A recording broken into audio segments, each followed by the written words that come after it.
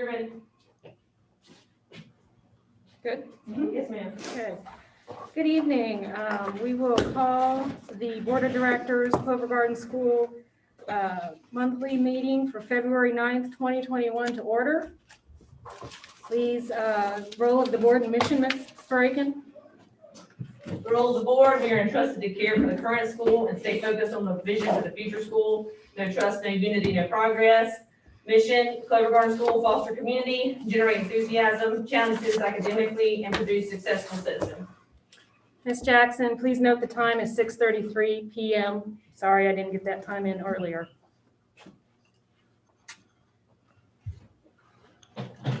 Has everyone had a chance to review this evening's agenda? Do I have a motion to approve the agenda? Ms. Foster, second. Mr. Brooks, all in favor? Ms. Saunders, Mr. Hackney, Ms. Lane, Mr. Huffines, Mr. Brooks, and Ms. Foster. Has everyone reviewed the January 12th and January 18th meeting minutes? Any questions, changes, or updates? Do I have a motion for January 12th to approve those minutes? Mr. Brooks? Second.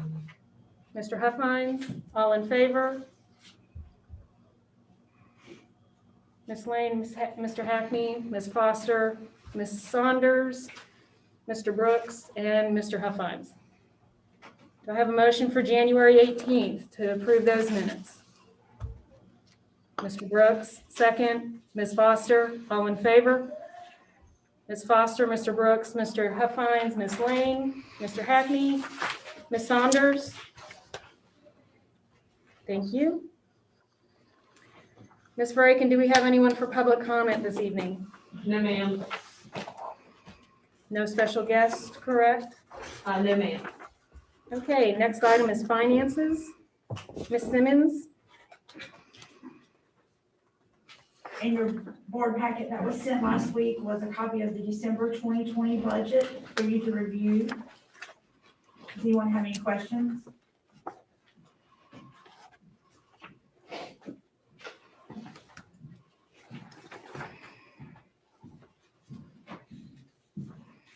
Any questions? Okay.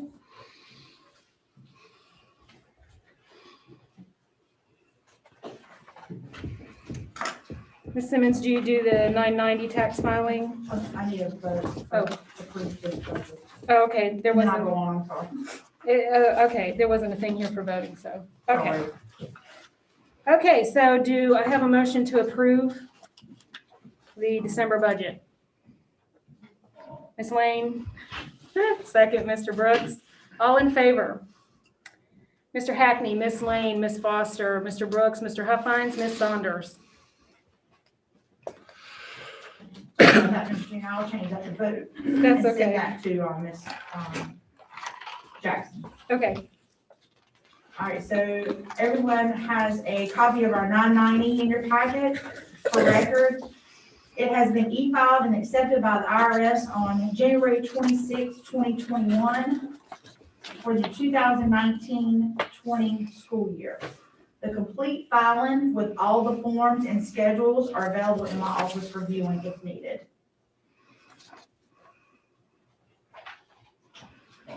Does anyone have any questions about that? No. All right. Also, you will find the final audit copy of our 2019-20 and our 2020 audit. If you would, the focus is really on pages 60 to 66. And then more of a focus on pages 62, 63, and 64, where there are no findings.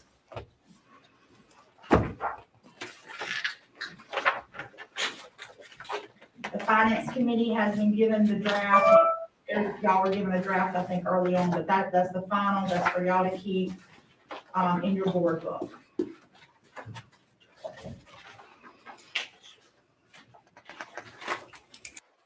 Even as you review it later, or whatever, if you have questions, please feel free to reach out. Any questions at this time? Okay. Academics, Ms. Moore, principal's report, please. Man, so it's finally exciting to have things to present about kids being on campus. The first thing we wanted to let you know about is Clover Garden has been recognized for our amazing graduation rate of 95+%. This is an award given to us from the North Carolina Department of Education, so it's a pretty exciting award to receive. We also want to let you know of our continued relationship with CC's. So they reached out to us and they wanted to feed our staff in January, and that was just so sweet and kind of them. We wanted to make sure that we publicly recognize them for doing that for us. And then also report from clubs. So our clubs, some of them are still meeting. Student council has been hard at work, especially with our school choice of week that we just had the other week. They created everything that came about with that. So all the testimonies that you saw today, that was solicited by our student council. Also, they created little swag bags for our elementary students to help get them excited about it. There was all kinds of goodies in there. And as well as a poster for them to draw on and to express why they love Clover Garden. But it's just been really cool to see our students take pride in Clover Garden. Even though we're not here, y'all heard their words. Their roots are here, and that's what's so exciting to see that. And then Ayla, our Alamance Youth Leadership Academy, has been meeting regularly, even in a virtual format, and they have been learning about elevator pitches. And so they created an elevator pitch to present to Ms. Rakin and myself about their next service project, which I thought was really cool because our students came up with this. And I'm not going to read it to you today, but I did want you to see it. They've got a really cool surprise plan for our upper elementary students whenever they come back on the 22nd. Then our elementary specials have been learning all about Chinese culture. So this picture right here is from our art students, but they've also been learning about Chinese culture with dance and with music. So they've been immersed into that. And then next month will be another cultural experience as well. For our enrollment, so currently Clover Garden is serving 646 students, and our lottery is open until March the 5th. Our current wait list from lottery applications as of this morning, so these numbers are wrong, as of this morning is 412 students. So we gained a few overnight, which is exciting. And then, of course, the lottery will be held on March the 8th at 2 o'clock. And then Clover Garden School around town. So we have gotten creative with advertising Clover Garden. One of our big things this year has been getting our name out into the community. So if you've seen our Facebook post today, you know that we do have a live billboard. It was live yesterday for the first time. They're close to the hospital on I-85 and 40, right there at the BP station. You can see it. We're super excited about that opportunity. We also have a commercial running on the Maverick 95.1, and soon we will have one with WBAG, our neighbors right down the road. And then we've got, of course, our blog post and cgs.org is slathered with our lottery is open, apply today announcements, and then social media posts in general. They are being shared by not only our people, but also community members. I spoke to the chamber today about putting it on their website so that they could share it out. So lots of great resources there. And then we're also going to have a printed ad in the Times News. And you can see some of our pictures of all of our beautiful advertising. Let's see. Some other announcements that are not included in here, and I apologize for that. Coach Moyer just sent me something today about athletics. So middle school basketball season is coming to an end this week, and both teams are playing in the conference tournament semifinals tonight. So send them some positive vibes. And if they win, they will play on Thursday in the championship game. And then our varsity basketball regular season will finish next week, and our varsity girls team is still undefeated and have a good chance of making the NCHSAA state tournament. And then, of course, spring sports are around the corner. We're still trying to get enough kids to sign up so we have full teams, but we're excited about those opportunities. And then band started in-person practices this week, and that has just been a joy. Mr. Babb is just like buzzing with excitement. He's so excited to have his kids with him on campus. So, thank y'all. Thank you, Ms. Moore. Okay, old business, cross-country course. Mr. Huffines and I did have a meeting with the athletic boosters to review, their needs, what they were looking for cross-country. This item is now going to move under our long-range planning committee. They're looking into course design and some other things. But that item will now move into the long-range planning committee item and be updated as things progress there. Any questions? Okay. Title I, Ms. Verhaken. No updates at this time. Okay. And that takes us to the reopening plan updates.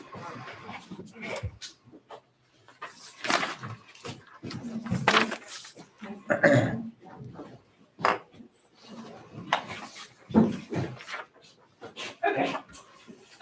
So just want to give you guys kind of an update of kind of where we're at, and today's meeting will be a little lengthy because we just got to update you on a lot of different things. But the first thing I want to review with you are our current metrics. So that is what Ms. Moore is handing out to you right now. And it is positive. I feel like I only come to you with negative on metrics, so there is a positive there. So if you take a look at that, this is current as of, I apologize, last Thursday, not today, but so it could be even better than this, hopefully, but this was as of Thursday last week. So if you take a look and just compare us in the past month from January 12th to February 4th, if you take a look, and again, we serve about 50% of Alamance County children. So looking at the 4 indicators, the number of new cases per 100,000 persons in the last 14 days, we were at 1,095 last month. Now we're at 750. So we're still in the highest risk category, but that has dropped a little bit. Caswell County last month was 1,119. Now we are currently at 973. So it's still in the highest risk, but it has decreased. And then Guilford County was at 967, and now we have dropped to 797. So still in the highest risk, but definitely numbers are looking better. So if you look at that bottom category, that's the percentage of PCR tests that are positive within the past 2 weeks. So if you take a look, it's really nice to see orange and nice red. So eventually, hopefully, we'll get out of these colors. But Alamance has decreased from 14.7% of, like I said, positive PCR tests in the last 2 weeks. Compared to now, we're sitting at 9.9%. So we're still in a higher risk for Alamance County, but not the highest. Caswell County, there was a decrease from the percentage of positive tests from 17.3% last month down to 12.5% this month. So again, still in the highest risk category, but showing some improvement.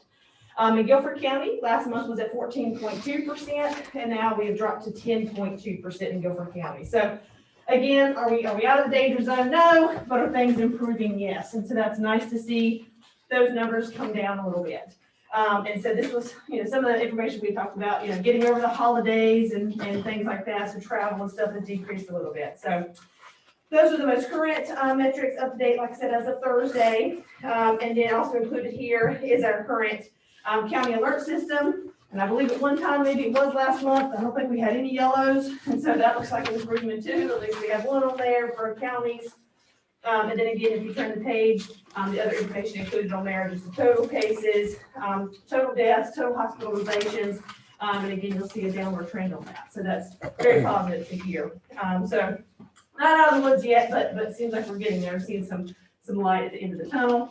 And on that last page is the projections that we kind of try to include just to kind of show you future and peak of the virus and things like that. So again, overall, slow improvement, but keyword being improvement, so that's good. So next, we had health and wellness.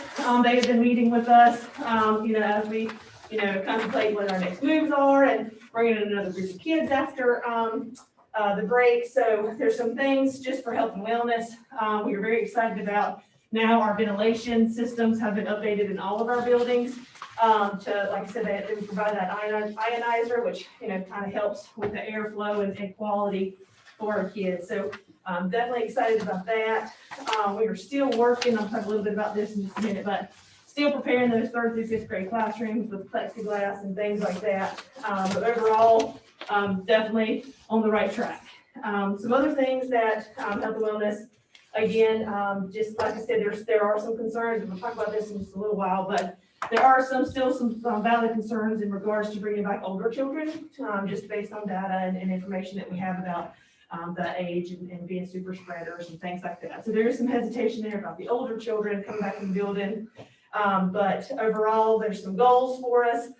We're working on now a potential COVID dashboard to kind of present on the website. Again, we have just scratched the surface on that, but one of our health and wellness committee members has been sending some examples, and so just trying to work on that transparency with families, just so that, without releasing any confidential information, of course, but keeping them in the loop of, positive cases, things like that, percentage-wise, as to who's in the building and the percentage of positive cases. So we're working on that now. And then again, still concerned, truthfully, with, the variant that we've all heard about and read about on the news. So still some concerns there. But overall, K through 5, given their age levels and things like that, we are confident in the procedures that are taking place with K2, duplicating those from 3 through 5. So K2 has been very successful with balancing their school day and their afternoon with remote learning. And like I said, we have cut down a lot of excess time now that these kids have gotten into a routine. So definitely positive reports on that direction from K2. Other updates, and I'm going to kick it to Ms. Cox here in just a second, but so I always reference that Strong Schools Toolkit for North Carolina. That was drafted by the North Carolina Department of Health, North Carolina Department of Health and Human Services, and kind of monitored by the governor. So that was that document, that we told you started off with so many pages and have added and added and added. So there are some new updates there. We're kind of combing through that and trying to get clarity for what that means for our school. And so with doing that, we kind of ran into a couple of discrepancies, simply because different organizations are saying different things. And so we've got a couple of different avenues, and Ms. Cox is going to speak to this in a minute, but we got the CDC that seems to be saying one thing, the North Carolina Department of Health and Human Services, a little bit different. Our health department, local health department in LMS County, a little bit different. And then, of course, we have consulted with the lawyer as well, a little bit different. So we just want to make sure you guys are aware of what we're doing and what we're following, and continuing to be as cautious as possible, because, that is something that has been successful for us so far. So, Ms. Cox, if you're ready, I'll just speak a little bit about that.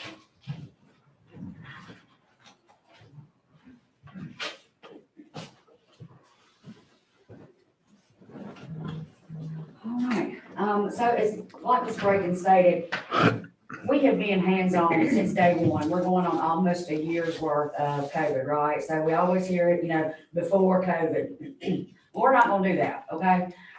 We know what's been going on. We have been hands-on with our Health and Wellness Committee, going through all these documents. As Ms. Reagan has stated, you have the CDC documents, you have our toolkit, and in some of those pages that you guys have been given in your packet, we're just going to go overview because I don't want to put you guys to sleep, but a close contact definition. So CDC has taken out the part of the mask, okay? That's the 3rd page. And then it goes into talking about what are close contacts. Is it someone in your household? Is it someone outside your household?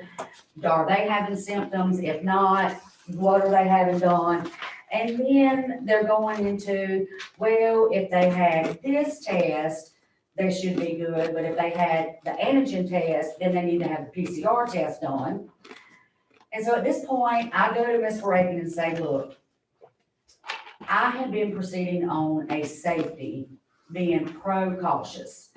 So we really just want to let you guys know where there was some differences between all four of those, including the guidance that we've been given from the other directions.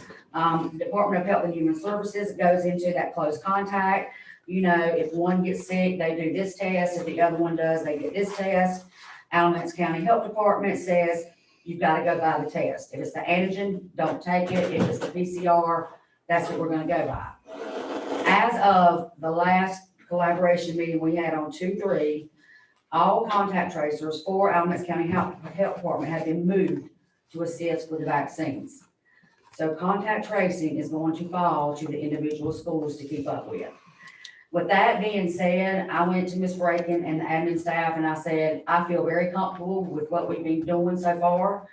Our contact with Alamance County Health Department is still there for a resource. And she will actually tell you, I rely heavily on, you know, what Ms. Cox is saying or some of the other schools. So there's been a really good relationship built between the collaborations of Alamance County Health Department, our other charter school that is new in Mebane.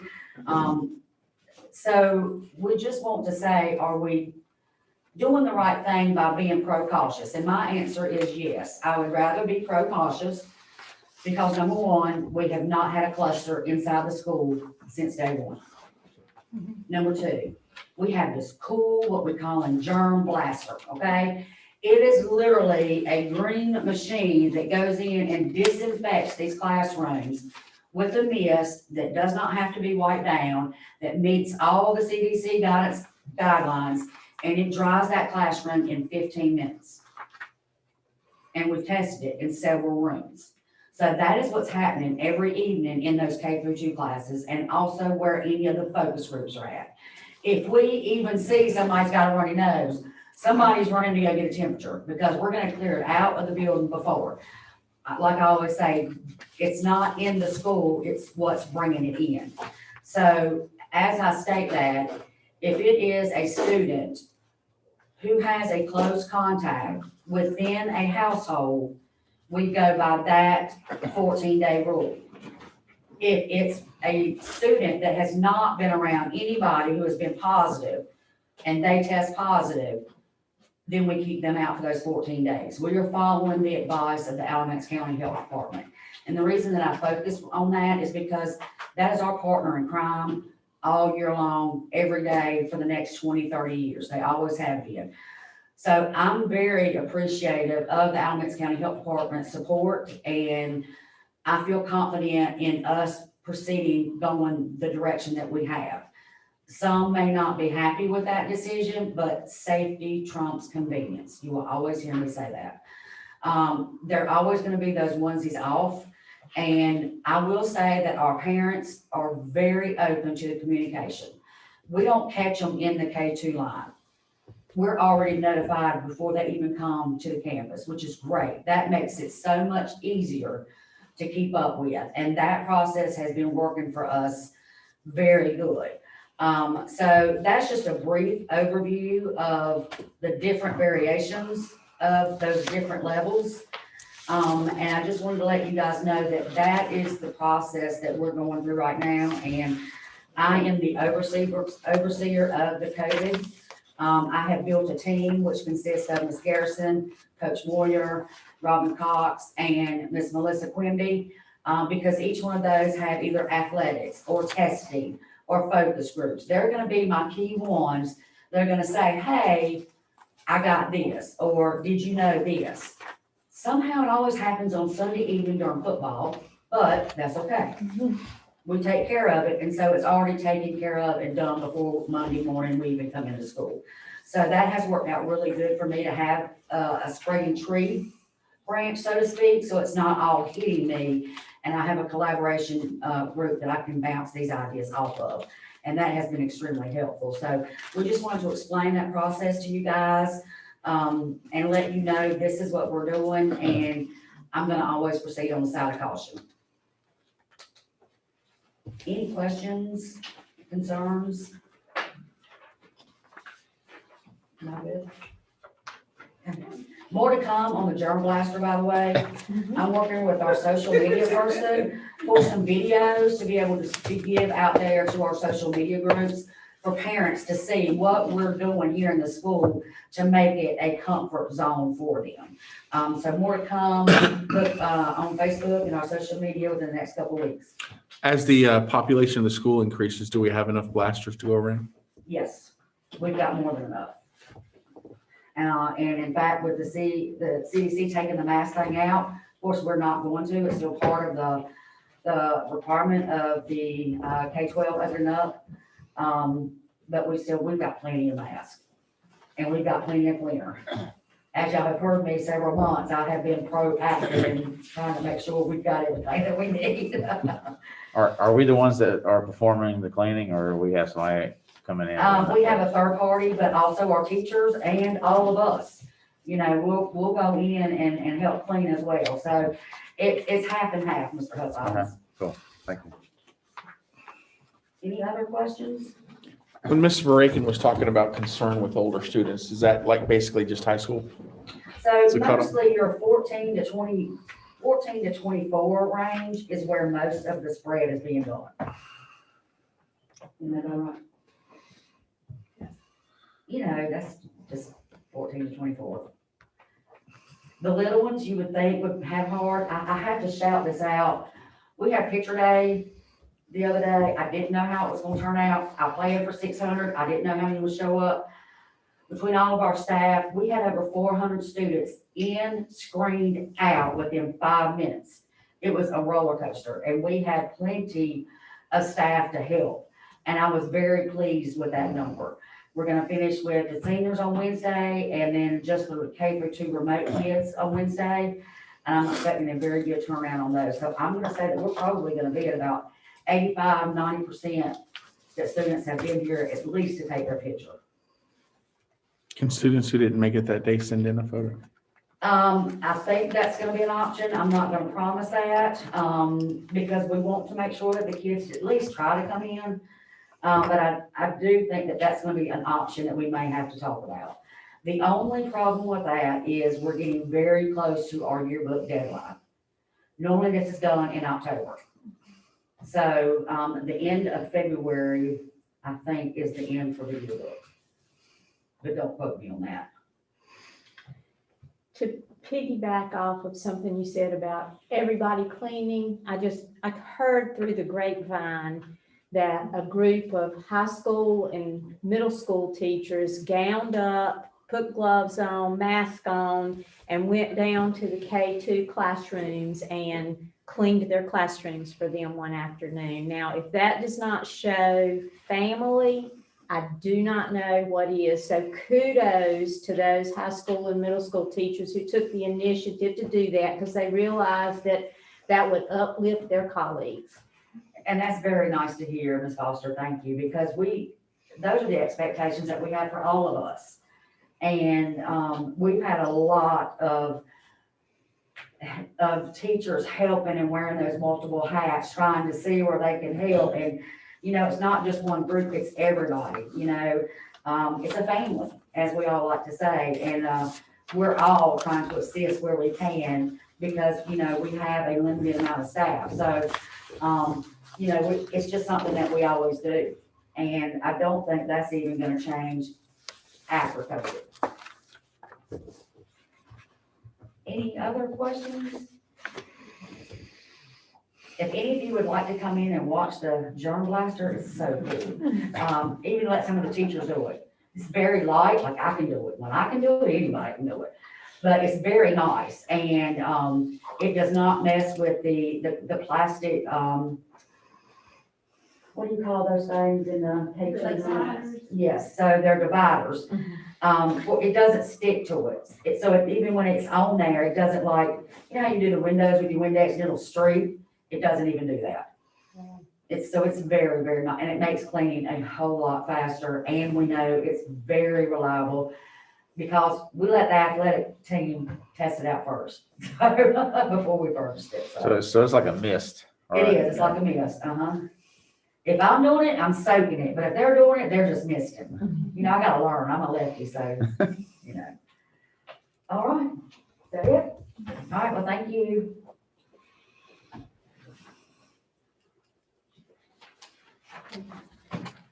All right. Other updates, like I said, that we're working on. So, we have implemented Plan A for our K through 2, and we're getting ready to bring back 3 through 5. So very excited about that. We will be bringing back between 3rd through 5th grade, 131 additional kids on campus. And about 46 kids are staying at home. So just to kind of give you an idea of how many kids are coming on campus versus how many kids are going to stay remote full time. So 3rd through 5th grade teachers are ready. They're excited. We are ironing out every last bit of detail that we can so that they are prepared and ready to go for next week. Or the week after break, excuse me. So we are still waiting. The dividers are kind of on a short supply. And so that is our last piece. Again, they're Plan A. We don't have to necessarily put those dividers up, but it definitely makes our teachers feel a lot more comfortable having those kids back in the classroom by having that divider up, since we're not limited by the 6 feet rule for Plan A. So that's a big thing. We're very excited about that. But overall, they're working very hard to prepare and get ready. So very excited about that. What was the number of 3 through 5 coming back versus gonna stay home? 131 and 40, so about 74%, and about 46 kids are staying at home. Okay, so segue into kind of this next section. So, as of right now, middle schools and high schools can operate in a Plan B or Plan C. So we're going to talk a lot about that tonight. Right now, they are not approved to operate in a Plan A. Just truth and transparency, there is a Senate bill that was passed right before our meeting today, and it's headed to the House of Representatives. But it is the Senate Bill 37. Right now, it does not adhere to charter schools. It is local administrative units. So our education units, local education agencies, I apologize. So it is not public school units. It's not us right now. But right now, it's going to the House of Representatives. And if they were to approve and turn that into a law, then the local school districts and things like that would have to, it's the in-person bill that's out there. So they would have to adhere to a Plan A or a Plan B for their middle school and high school kids. So option C would not be an option for schools to operate until for the rest of this year. So right now, again, we are not included in this, but we have got this kind of in the back of our minds. If it does get approved, they can always include us later.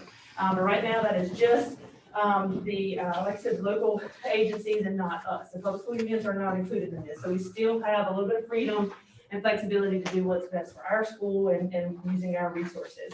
I did want to give you a heads up on that, just to kind of give you an idea of what could be coming down the line. And we will update you as we are updated. But that is the option right now. So currently, as of today, February 9th, we can only operate in a B or C for middle school and high school. So you guys, and we'll talk a little bit about this, but you guys have approved for us to move into a Plan A.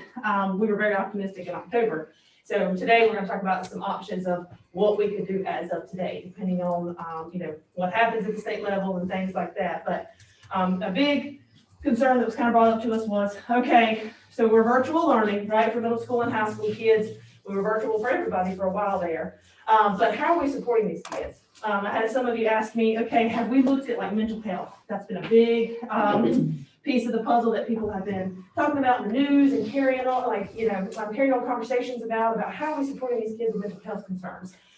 So I have invited in our school social worker, Miss Alvarado. Miss Alvarado works, again, she's like a third party and works for us 4 days a week. So her and her team, so we created a student services support team, and that started last year. But these lovely ladies divide and conquer. So we have a group, we have a teacher that works on MTSS, which is like behavioral piece, and then we have a school social worker, and then we have our athletic director who has counseling background as well. So you got this team of ladies that are splitting and dividing and conquering. So hello, Miss Alvarado. So this is Miss Alvarado, and you might could put her up there. So Miss Alvarado, so I asked her to get some information gathered just because we're talking about data. I wanted you guys to know that we were serving our kids in mental health. issues, concerns, things like that. As they are remote, they are not just off the grid. So she has provided a little quick representation to kind of show you what kind of issues we're dealing with in student services, what kind of mental health concerns are we having, and then what are our plans in place to make sure that we are adhering to this, and how are we helping these kids be successful. So, Ms. Alvarado, this is the board of directors. Board of directors, this is Ms. Alvarado. Hi, am I on the screen? Yes, ma'am. Okay, so go ahead, Tom. Yes. Well, hi, everybody. It's nice to join you all tonight. Thank you for the job that you do. I'm glad I'm not in your shoes. So you guys did a very important job right now. But as Ms. Reagan said, I'm our school social worker and representing our student support team tonight. And Ms. Reagan had just asked me to kind of break down, some issues that we've seen coming in last year and this year. And so you should have two graphs in front of you. Last year, the breakdown of some of the issues, and then this year. And sometimes with some of these categories, a lot of these categories can overlap. And so these are not perfect categories, not like perfect data, but it's drawn from our referrals and families that we've worked with. So if you notice, there's always work to be done, pre-pandemic and pandemic, and it appears that this year the issues have shifted a little bit. So we've obviously traded, some of the classroom behavioral problems, bullying and peer issues for, issues of inattention, has been a big one this year. I know mental health is definitely a pressing concern right now, obviously with the pandemic, and rightfully so. So if we take a look at suicidal ideation, it does appear that it has leaked on those graphs, the percentage of, it does appear there is an increase, but I think that is just due to the actual counts were more last year with, through the end of the year as opposed to where we're at in the year. So I did go back and look at our numbers, and the rate is actually surprisingly still the same pre-pandemic and pandemic. So about an average of 1 per month of reported suicidal ideation or some type of attempt.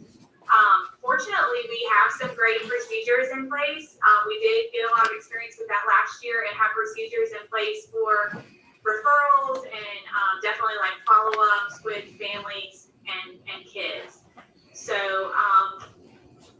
so I did just want to let you know about that. Ways that we're receiving, and so just as teachers have had to kind of like reinvent the wheel and, learn how to teach online, mental health has also been that way too, of trying to figure out like, how do we service kids while remote? And so I will say that this year, I think our school has done a really great job of partnering with families and really just getting really comfortable with like, we're just going to reach out and call. And so, our teachers have gotten on board with that. Our student support team has made a ton of calls and just really tried to personalize this process, and just reach out personally and check in on families and kids. The teachers have done a good job of monitoring kids, and especially, one way we've identified issues is differences in rates of submission of work. Like if a kid suddenly drops off as far as completing work or the attendance, those are other ways that we're kind of able to track and kind of follow up with kids as we notice that things are changing. And I will say teachers have caught some significant mental health issues by just paying attention to those changes and referring it to our student support team. Another interesting thing about servicing kids while remote is that so much of it is done through the computer, and that kids actually are, all of it, is in writing. And so they will write things to their teachers or message them. And that's another great way that teachers are able to forward stuff on to our student support team to follow up with them. And then here at the bottom, there's just some, just some of the things that we've been busy with in addition to the phone calls, and Ms. Kirby's done a great job of, especially at the beginning, some on-site tech support for families that didn't know how to use Canvas and computers. Obviously outside referrals. We're doing Zoom counseling, and even some kids just prefer like a phone call or an email. And so we're just trying to utilize all of our avenues to reach our kids during this time. And lastly, obviously, you guys know about the focus groups, and those kids were, the kids that were identified from that were from, our needs assessment at the beginning of the year, determining the barriers that were really preventing kids from succeeding during remote learning. And, through the data that we gathered, there were kids that were experiencing just multiple factors that were inhibiting their ability to learn. And so it's great with, having those kids on campus and being able to work with those kids regarding some of the mental health barriers that a lot of them are facing. And so lastly, I think I'd just say, with mental health, sometimes it's hard to measure. The outcome is really hard to measure, but I could say it's been great, working with the kids and having our team work with a variety of different kids. And it's been night and day with a lot of them. Some of the kids, just some of the phone calls and sessions from the beginning of the pandemic and the crying and being able to see some of those kids walk in the building and start to put the pieces back together and work towards a goal has been really great. But again, not always a measurable outcome in terms of mental health. But just on behalf of our student support team, thank you all, and we're just grateful to support, obviously the academic piece, but just also to be able to support the total, another part of our kids' development during this time. Thank you, Ms. Alvarado. And another hat she wears, she's being modest about, she has really helped assist. I feel like we've created more and more committees that didn't exist, and now they do. And one of those is about attendance. And so that is what we're working on right now, making sure that we can lay eyes on kids, have conversations with families and parents and zooming in with them. We are next steps on home visits and bringing in our school resource officer and things like that. So she also sits in on that committee as well as to, why are these kids not participating and what's wrong? What's the deal? What's happening? And so she has been an integral part of that, of making sure that we can put our eyes or ears on all of our kids. And that's been really tough to do across the board for everybody with virtual learning. But I'm very proud of Clever Garden because they have taken the time and the effort to call when, kids aren't participating online and things like that. They have made a point to connect with those families. So very, very, very happy. Ms. Alvarado may feel bullied because she worked with us part-time last year and she was here 3 days and I was like, don't you want to do 5 days? Don't you want to do 6 days? And she's like, Ms. Barakin. And so luckily we got her 4 days this year. And so she knows my magic number is 5. So I'm going to keep working on that over the next little bit because what she's doing matters. Gives me goosebumps. What she does matters and what student services team is doing matters. You're reaching these kids. I mean, you cannot expect them to study for a test if there's things that are going on at home. So they're a huge part of making this giant puzzle work. So thank you, Ms. Alvarado. Any questions or concerns in regards to what we're providing or anything like that? Good to go. Thank you, Ms. Alvarado. Thank you. Thank you. Have a good evening. All right, thank you all. Bye.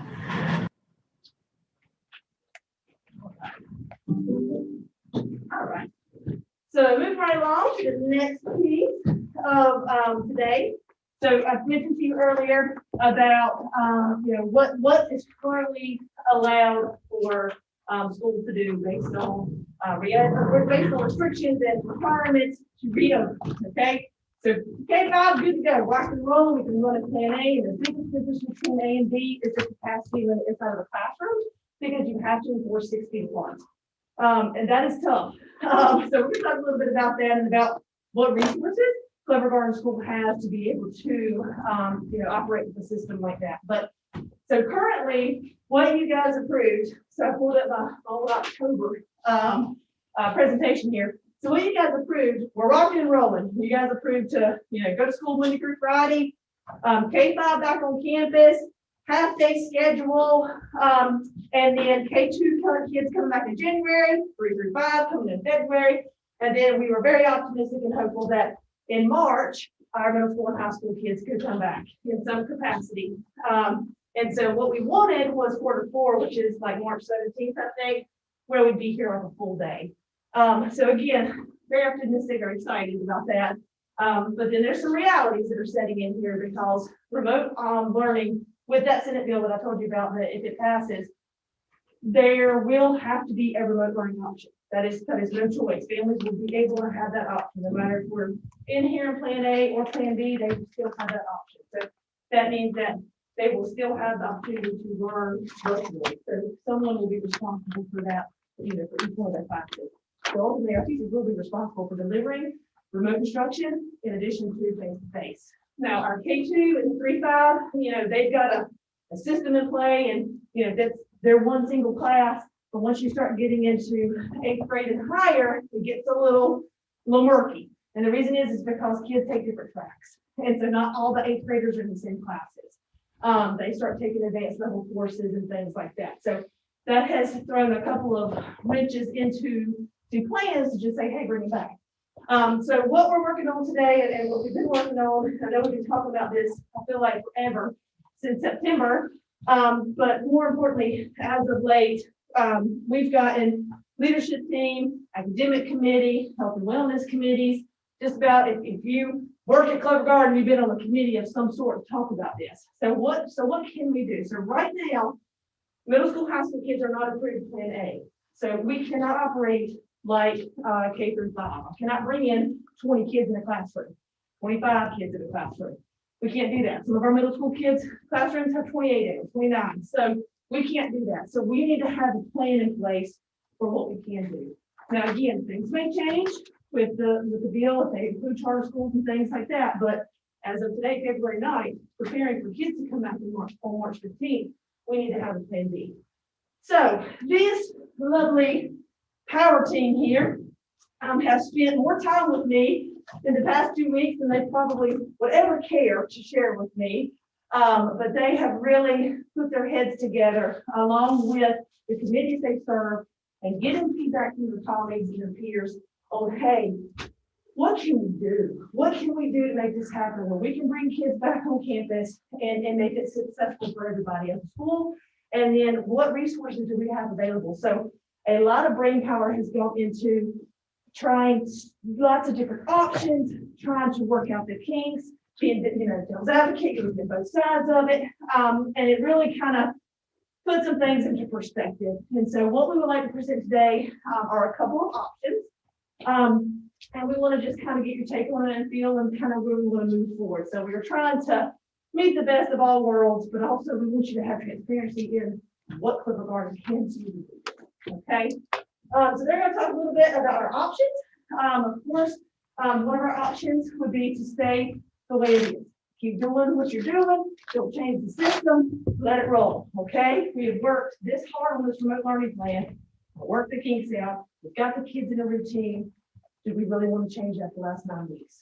Okay. So that's just something to kind of think about and feedback that we've gotten from the staff and families and things like that. But so that's one option. And then these lovely people have created 2 more options.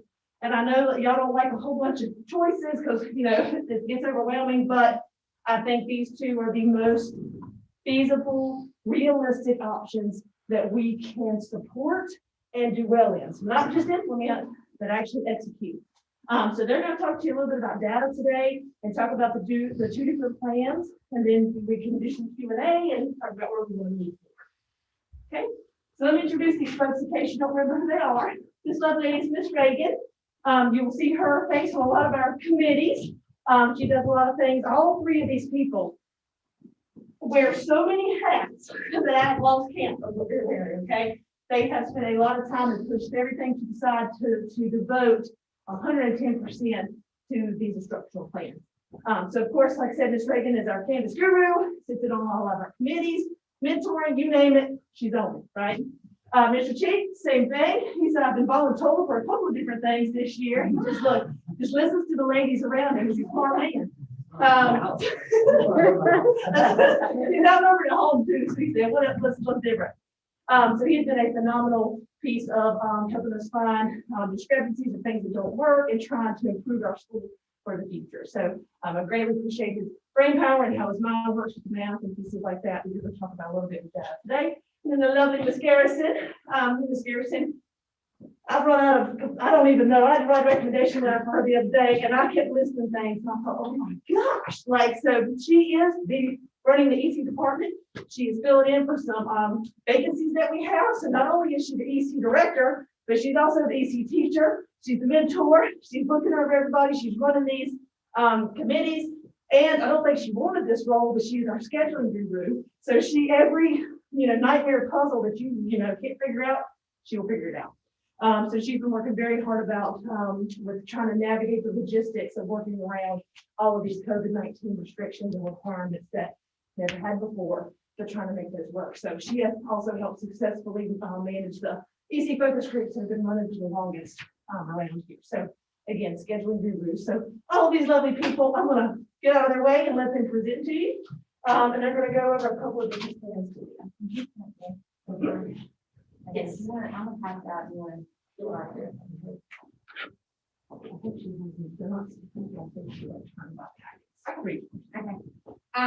the first packet we're gonna go over is the data. And as you can see on the front page, we want, give credit. Thank you. Give credit where credit is definitely due to the people who are not here with us tonight. So that would be Ms. Corey Taylor, Ms. Rain Lee, Ms. Elizabeth Dahl, and then Ms. Keisha herself, who helped compile this packet of data that you'll see. And Mr. Cheek and I will kind of go over some of these numbers for you. And he's gonna have some opening comments as well. Well, first I want to say that, thanks for having us tonight. And it's really not a big surprise that every school in North Carolina, America, whenever we sent all the kids home, they took a hit. I mean, they took a hit in terms of student achievement, student engagement, and there's really no question about that. I like data. I'm a stats teacher, but I don't need data to tell me that if you send your kids home to be virtual, there was some scrambling, because we were scrambling in March trying to figure out what to do. I thought we did a pretty good job of scrambling, but we did our best, and then we came back. And so every school in America took some type of hit. And so you got to keep that in mind, because the question to me when I first started looking at this data, it's really not did Culver Garden take a hit in terms of decreased student achievement? Yeah, we kind of did, like everybody else. Okay, but the question that I asked when I looked at data, the thing that popped out to me is, did we do a pretty good job? Did our virtual learning plan do a good job of mitigating those decreases? Did we decrease a lot, or did we decrease a little? And so I look at that. So it's not so much the data looking at it going, okay, well, we didn't lose a step. Everybody lost steps. I think if you're being real, everybody lost steps. I have a lot of friends in Guilford County. I can probably name one teacher at every school, and I call them up and we talk all the time, and their reports to me is it's just not quite the same. But I was surprised, to be honest. Now, Emily put all the data together. I can't take credit for not one single bit of it.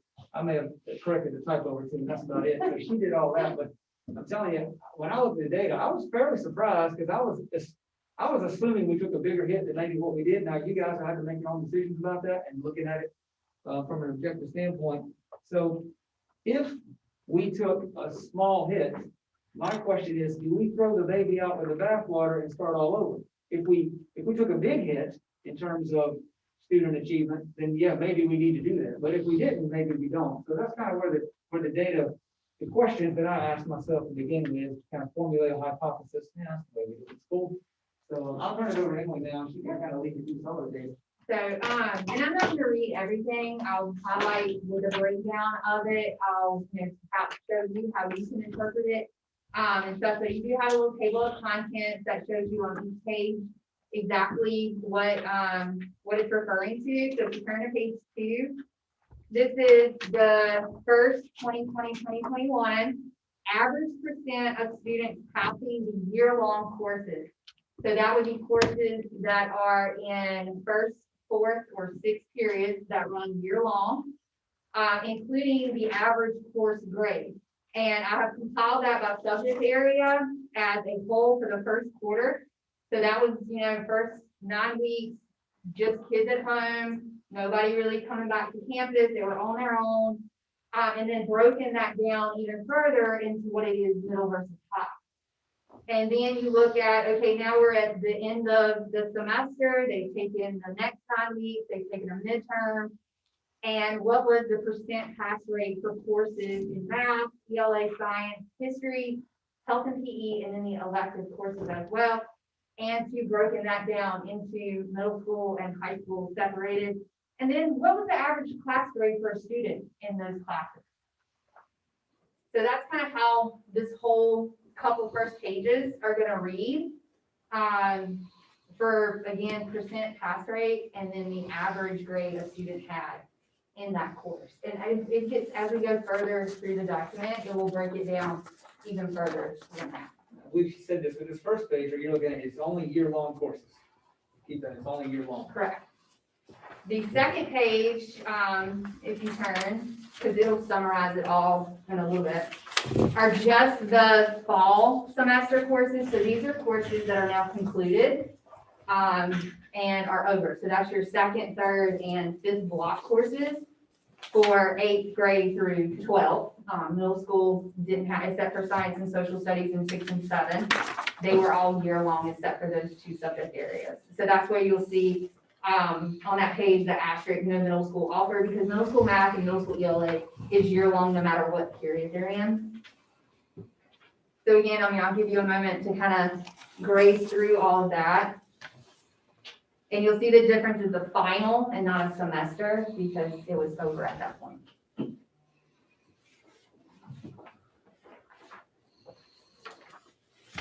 Okay. If you turn to page 4, this is all of those 2 pages combined into one. That's Roman numeral 3. So it's all semester 1 courses, first period through 6th period, and what that data was in terms of subject areas. And then the next one, now we're breaking it down into grade level for semester 1 courses. And again, keeping 1st through 6th and all of it. So every course the child's enrolled in.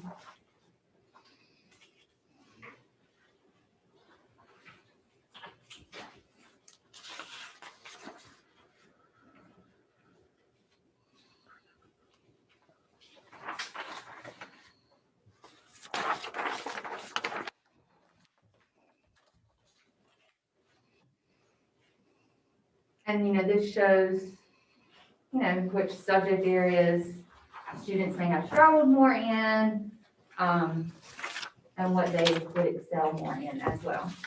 On page 5, you'll see the average percent of passing for all of semester 1 courses, including their course average. So again, that's just another collective of all of that combined. So this is just high school. So just like the 6th, 7th, and 8th grade, or 6th, 7th, what's that 8th? I can't remember. Yeah, so 6th, 7th, and 8th grade, and then when you start getting, like Mr. Reagan had mentioned, into 9 through 12, they're all different paths. I can't really break that up into saying 9th grade math is this, because some are in, in math 3, some are in math 1. So it's just collectively high school math and ELA, science, history, health and PE, and then electives. One of the things on all these sheets that she's gone over so far is I'm looking at the pass rates, but I'm also looking at the course average score. And we kind of define a C as average, right? I mean, that's kind of the general consensus is we define a C as average, and all of our course average scores, are C's or more. Yeah. So that encouraged me, because I'm telling you, when I came into this, I was like, oh, this is going to be, I don't know if I want to look at this.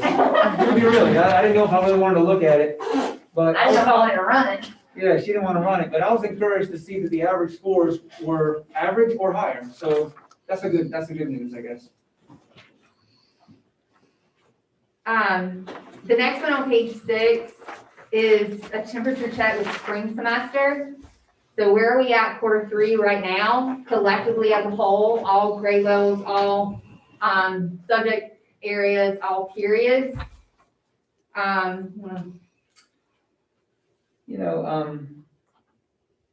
Yeah, same thing, really. I mean, the numbers took a bit of a dip here. I mean, if you really look at some of the numbers on the first few pages, then page 6 took a dip. But I don't have any historical data to throw at you today, but I've been teaching for 23 years, and this is the way it always happens in January. It's kind of like, okay, Christmas is over, break is over, they come back, and there's always this lull in January and February. Now, that's just from my observations, like I said, I don't know, but from other schools. So this doesn't shock me. I mean, we would like it to be higher. I'd love it to be higher.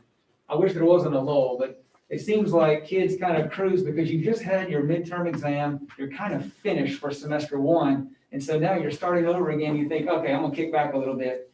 And that's just what kids do. And then what ends up happening is third quarter grades come out, at least at most of the schools I've ever taught at in my career. Third quarter grades come out, and that's when parents get back and get involved again. And the kids go, oh, wait a minute, this is not good. And then fourth quarter tends to rebound usually. So again, this to me is not, this was not shocking when I saw it. Not abnormal, at all. It looks like the ELA took the biggest hit. Yeah. Yes. So, and I've broken, you'll see in the coming pages, very color coordinated. Sorry if you're colorblind anyway, but, yeah, I have enough point out colors. But you'll see the data, like I've provided everything for you, broken down to the course.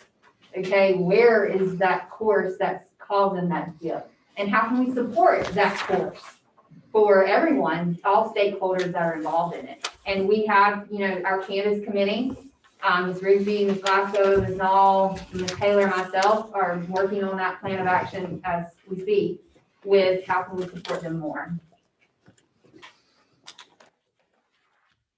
One of the questions that I asked Emily, I said, okay, this is all great. I wonder if there might be a comparison to last year.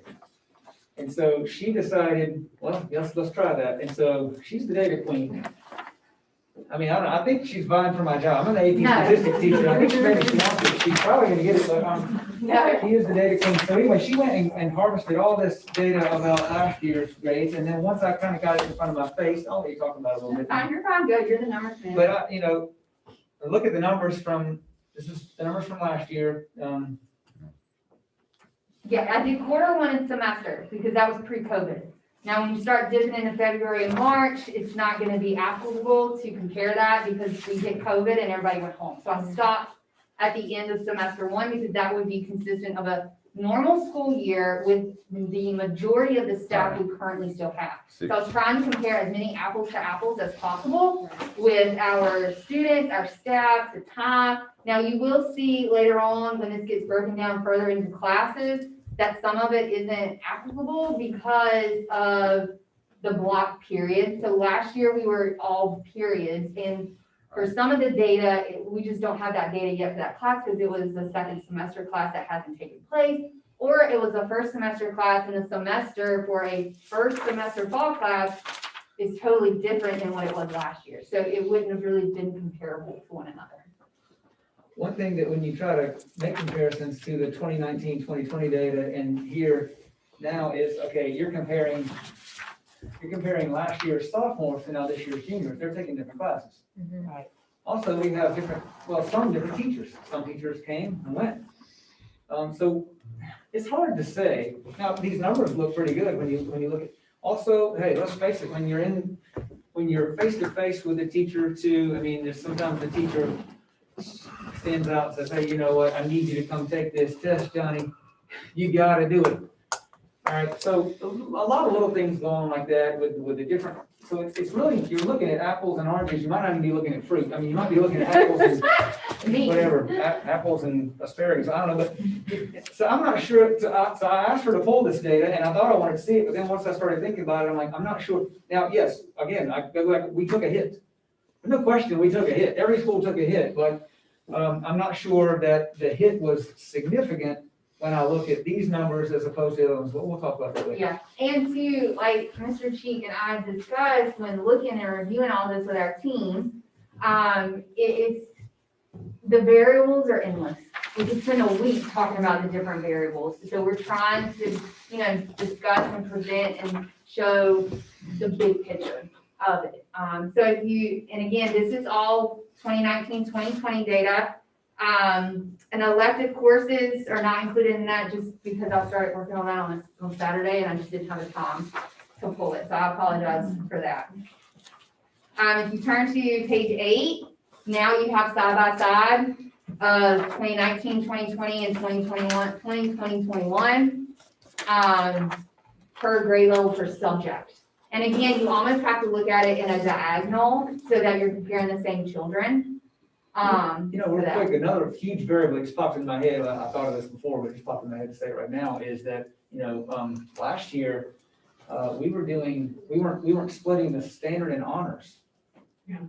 That's a big contributor right there, because now we have, I'm so happy that we went to that, I was a big advocate for that, and, now we have kids who are in more level appropriate courses, but then COVID hit us, so, you know.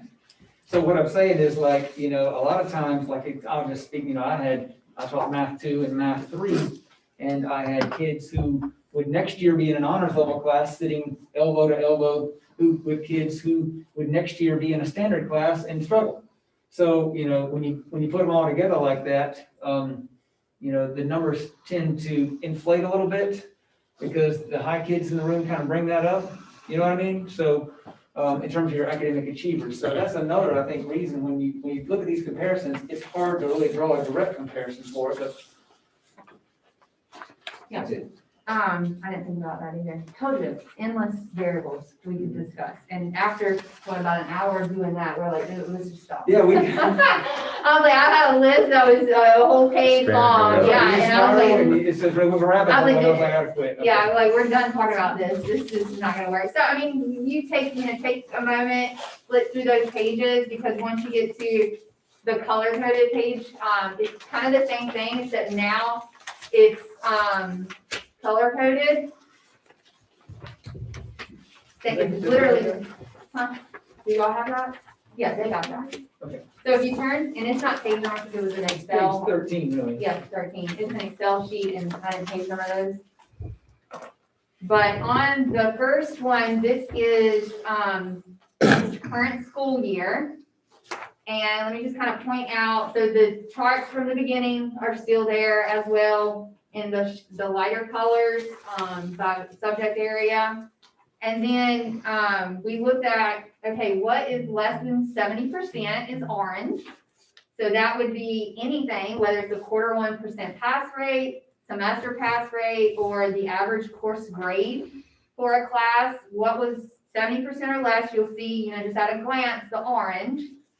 And 70 to 80% is green. And then anything higher than 80% was blue. So I'll let you turn it over, math man. More. Now, see, now you know the colors. I know, I'm sorry. That's okay. I can see them. I really can.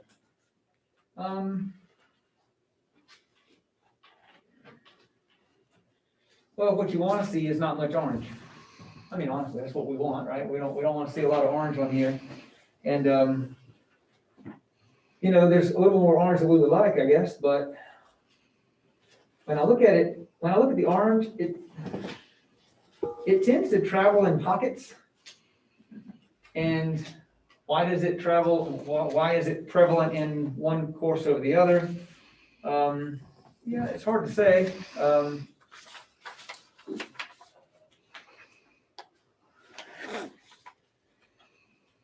It's hard to say why it might be in one course over the other.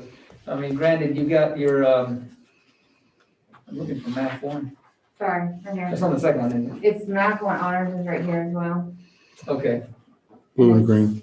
Also on the second one. those are fine. Yeah, and two, like I mentioned earlier, like being able to provide that support for those classes, for all the stakeholders involved in it, is like gonna be the takeaway from all of this.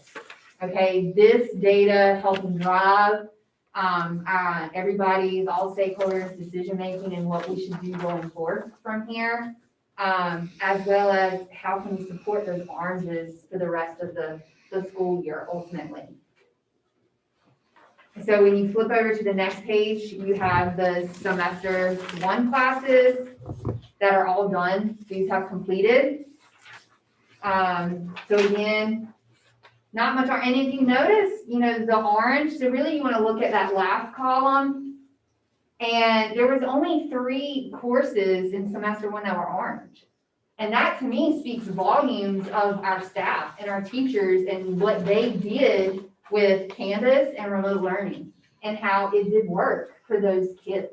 It was a learning curve for us. I mean, honestly, you know, we did what we could do last spring, but and even for me, I mean, she's a Canvas guru and I didn't know much about it, so I had to put some time in on that myself, and I think other teachers did too. Yeah, and, you know, the training week we had for our family, you know, I've heard from different school systems that said they gave me a username and a password and said good luck. And Clover Gardens didn't do that. We took a week out of our school year and helped prepare our family for using that Canvas platform. And again, I think that is what kept a lot of the orange off. With that and the support and the professional development that we provided for our teachers and our students and all stakeholders, for their distance learning as best as we could. Chief had mentioned something in a meeting we were talking about, like you look at the orange, and I've been staring at these numbers for a week now, the average deficit or fall from last year is only about 10% difference in the grand scheme of it. 10% for a school this size is not as bad as it would be 10% for a school so much larger. As according to like the number of students that took that series.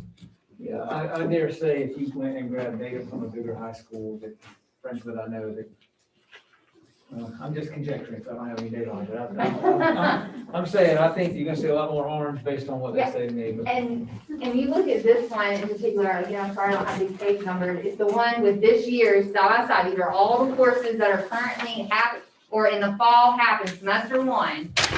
Look at how much blue is there. Okay, look at that blue. That is our teachers, that is our staff, that is our admin, that is y'all, that is every stakeholder at the school, you know, working forever. Putting everything in it. All three of these people too also sit in our academic committee who created and worked with our other teachers on our remote learning plan. So they all have very, you know, like I said, very important parts to that and making that work. Because nobody gave us a remote learning plan and said, here, implement this. We had to create that from scratch. And that was starting last year, carried over to this year. And that is all them and the committees that have tweaked it and made it better and improved it. Again, that they've kind of done that from scratch.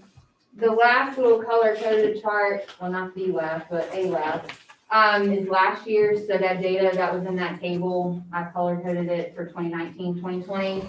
So you can just kind of reference that. If you're like my brain and want to see it in color. And then the last, sorry for the links, I got kind of happy with it. I tried to think about what else, you know, what else could you, well, I want to know what just 6th grade did, or I want to know what, you know, just 8th grade did, and this I wanted to have, we wanted to have that prepared. And then you got a side-by-side of 19 and 20 for everything, and again, a lot of that wasn't applicable yet. And then the last piece we want to talk about data-wise are our focus groups. So in one of our meetings, you want to segue that one? Yeah, so we talked about focus groups and, you know, like I said, I want to take a look at that in just a little bit, but, so wanted to kind of revisit focus groups. We have seen some, like I said, some things that have worked with focus groups and then some things that haven't worked so great with focus groups. And so this was an opportunity, I asked Ms. Reagan to pull this data for us, because we really wanted to see exactly how effective our groups were being. Because EC focus groups were different than our support groups that we had created. So just like with anything else, you have to evaluate you know, your program and look to improve and make changes. And so we're kind of in that phase right now with what do we want to do with focus groups moving forward? How do we want to improve the groups that we have? So really we wanted to pull some data and kind of look at how successful the kids that were you know, asked to come to focus groups, how successful were they being back in the building? And so that's kind of what drove the question behind it. And like I said, I asked Ms. Reagan to pull some data on that because we wanted to see exactly on paper, you know, how successful these kids were being and what do we need to do to you know, make changes, you know, for the last quarter and things like that. And we'll talk about that when we go over our 2 options right after this, and how that's going to play a role in those options and those decisions, you know, for you all. So the first page on, second to the last page, I guess. Yeah, thank you. It's just some general comments. It's like a summation of the last one. So I kind of did it backwards on this one. I'm giving you the sum before the details. And quarter one and quarter two, so I've broken it up into quarter one, quarter two, semester one, and then brought down the semester one more time and did a temperature check of quarter three as it was on 2/2/21. Now, if you look at quarter one, this was taken before focus groups ever started. There were, and this, let me back up. These are from the 7 consecutive high school students that were in and or are in the focus groups from start to finish. There has since been 2 of those students removed.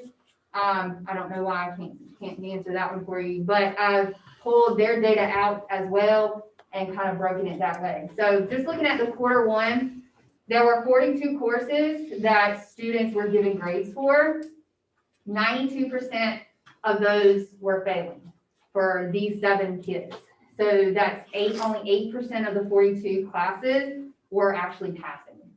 3% of that 8 were EC students. So we pulled them out since they're kind of a separate focus group just to see where it falls.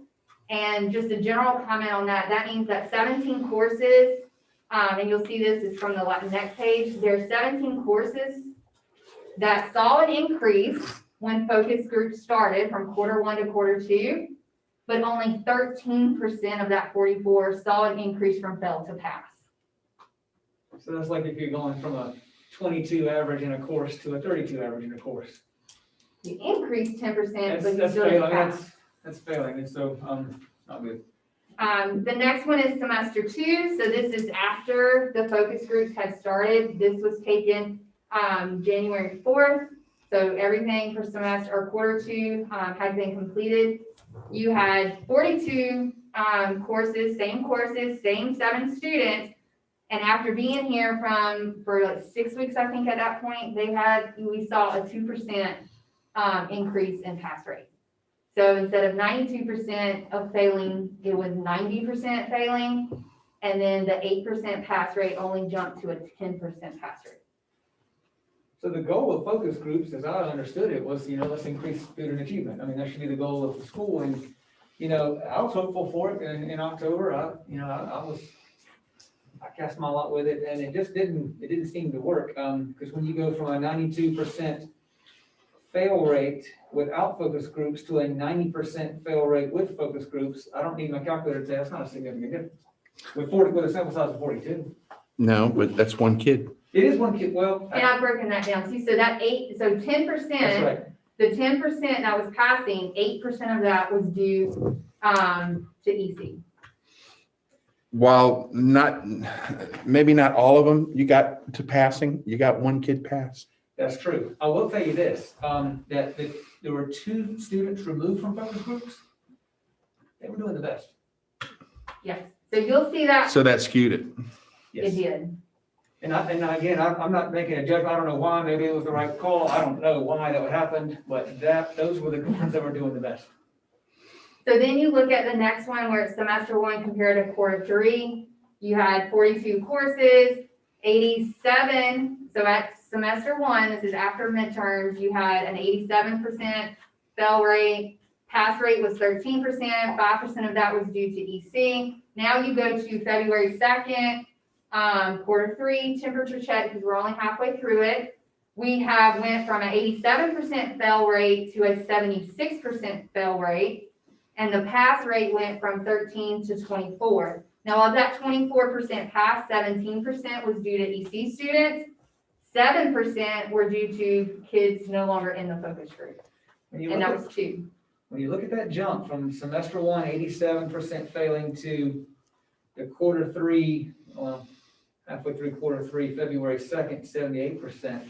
You got to ask yourself, what happened right there? I mean, I would hope my AP statistics class would ask that, right? What happened? I mean, there was a decrease right there, and there could be a couple of explanations for it, and you can offer one, but I mean, one big thing that happened is all the teachers came back in the building. All the teachers came back in the building starting in January. January 19th. Okay, mid-January.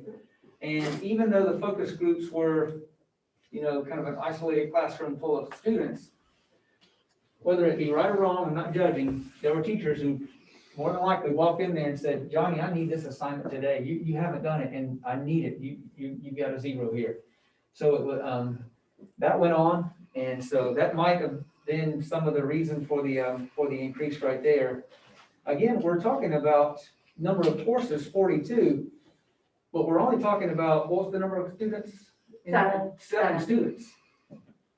So you get one student to do a day's worth of work. Now he's done 6 classes out of that 42. You know, so you're gonna see that drop, or that drop in percent fail. That might be the explanation for it. I don't know, there might be others. And if you flip to the last page, it is broken down by all 7 students. And every course that they were in and are in, along with what that course grade was, and then the general comment on the side was, what was the change? What was the change from quarter 1 to quarter 2? What was the change from quarter 2 to now quarter 3? And or if it was a semester class.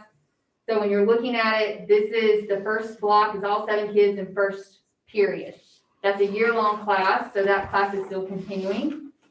So you went, for example, student 1 came in at a 6, an average grade for that class was a 6 at the end of quarter 1. She started it, there, they, he, whatever it was, I don't even remember names now, sorry, I just said she. Started focus group, their grade increased to an 8 after quarter 2, after being in focus group for the quarter.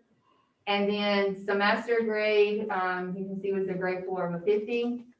So from quarter 1 to quarter 2, it increased, but it only increased by 2%. Then you look at, as of right now, in that same course currently, quarter 3, February 2nd, the student still has an 8, so has not increased whatsoever, and is red for it's still failing. So the colors here, the greens are what went from pass, or a failed pass, or a continued pass. If it is blue, then it is pass and fail, so it's 2 classes. So that would be like your block classes that ended one and started another one.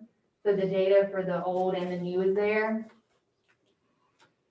And then exactly what percent increase or decrease did that particular student see. Now I've asterisk them. So 2 asterisks is an EC student. 3 asterisks are the 2 students that are no longer in focus group. And I may have misspoken on that. The 2 recently removed, I'd say one of them was doing all right in some courses, the other one maybe not so much. Correct. Sorry.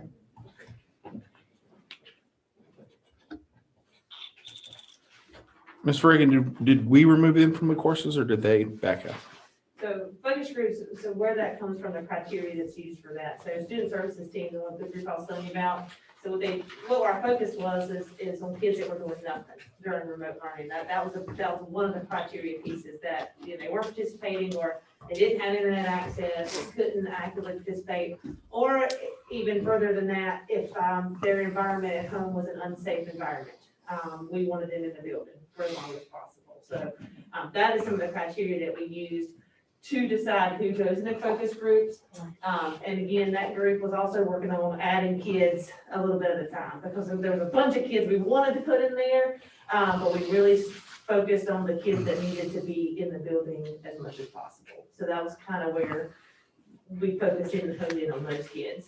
Now, and I'm not sure who the kid is to reference, like just for my own reference, but if they removed a child, there were consequences if you weren't participating, you know, if you didn't, or if you missed so many days and things like that.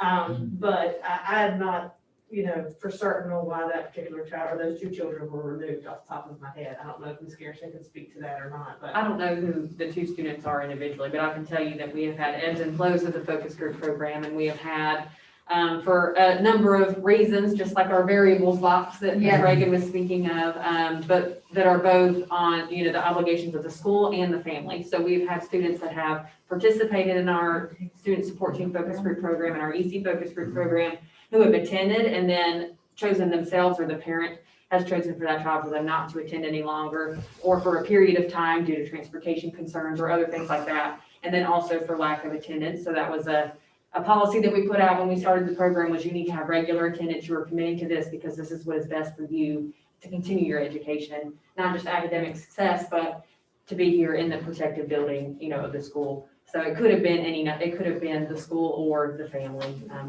can't speak exactly for that student.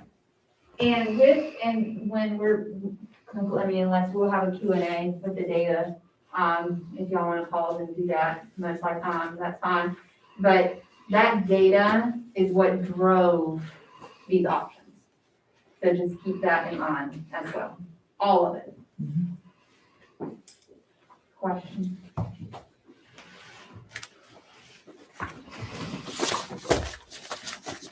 The only thing what's up with middle school dance? One class is killing it, and the other one's dying. Thank you for that. So that's a trend that we actually, noticed when we went over with our leadership team, is that, some of the areas of difficulty were our elective courses. Teaching remotely, if you're thinking about our arts, it's a totally different thing.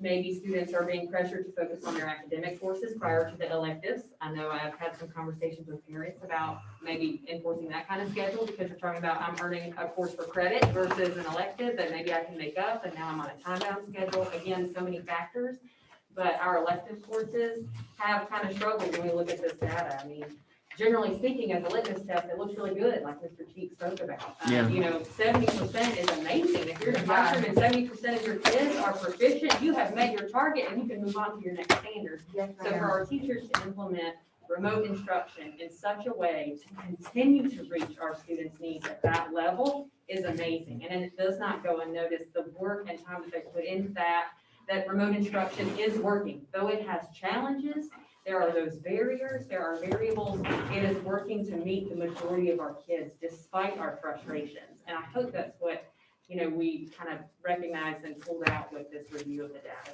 today. Yeah, that's, I mean, you go cross-site, you start looking at data. And I did too, but that's the one thing, like, when you step back, and I've had a little bit more time than you, to just take, that's exactly what I couldn't have said it better myself, is that I really feel like overall, it worked. Did it work for every kid every single time? No, of course it didn't. Did it work for every teacher every single time? No. There were times that I wanted to punch Candace in the face. That's her baby, and I just said I was gonna punch Becky. I'm sorry, but no. But overall, hey, we rebounded. Hey, listen.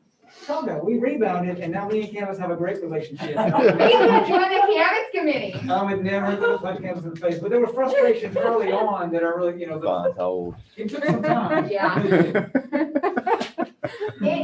Okay, we need to get all the shapes out. I don't feel like we're friends anymore. Yeah, you just insulted a child. Oh man, but like Ms. Garrison said, and like when she said it, it gives me chills, and I hope it has that same effect on y'all as an educator. To me, she is absolutely right. You do a litmus test and you got 70% proficient, average grade, like I'm a teacher, I'm moving on, and we'll work with the ones that were lower than that, which is hopefully what you will visionize with this first plan that we're gonna present is doing that. Okay. I guess, Ms. Reagan, when I'm looking at this, the thing that I'm seeing, and don't get me wrong, I don't like to see any orange anywhere, just like you all. I'm a former teacher myself. I would think that something that we're gonna really need to hone in on is, again, not so much the orange in dance, but when I see orange in math and ELA, and it looks like a lot of it is focused in that middle school area.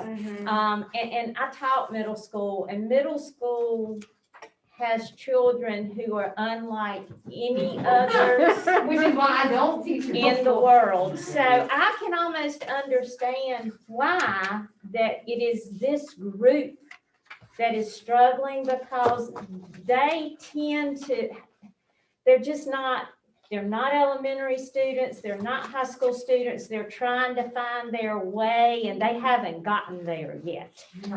So, my idea would be, okay, so what are we gonna do with these middle school kids to get them back up to blue and green? Yes, Regardless of what path we take, that's more my concern is the core classes, the math and the language arts. and like I said, you know, our hope is to keep that all in mind when we hear the two options that we'll present for y'all. And, you know, we can always reference back this data as we're presenting our options, because that's what drove us to make it in all aspects of it. And coming up with those for you guys to make a decision on.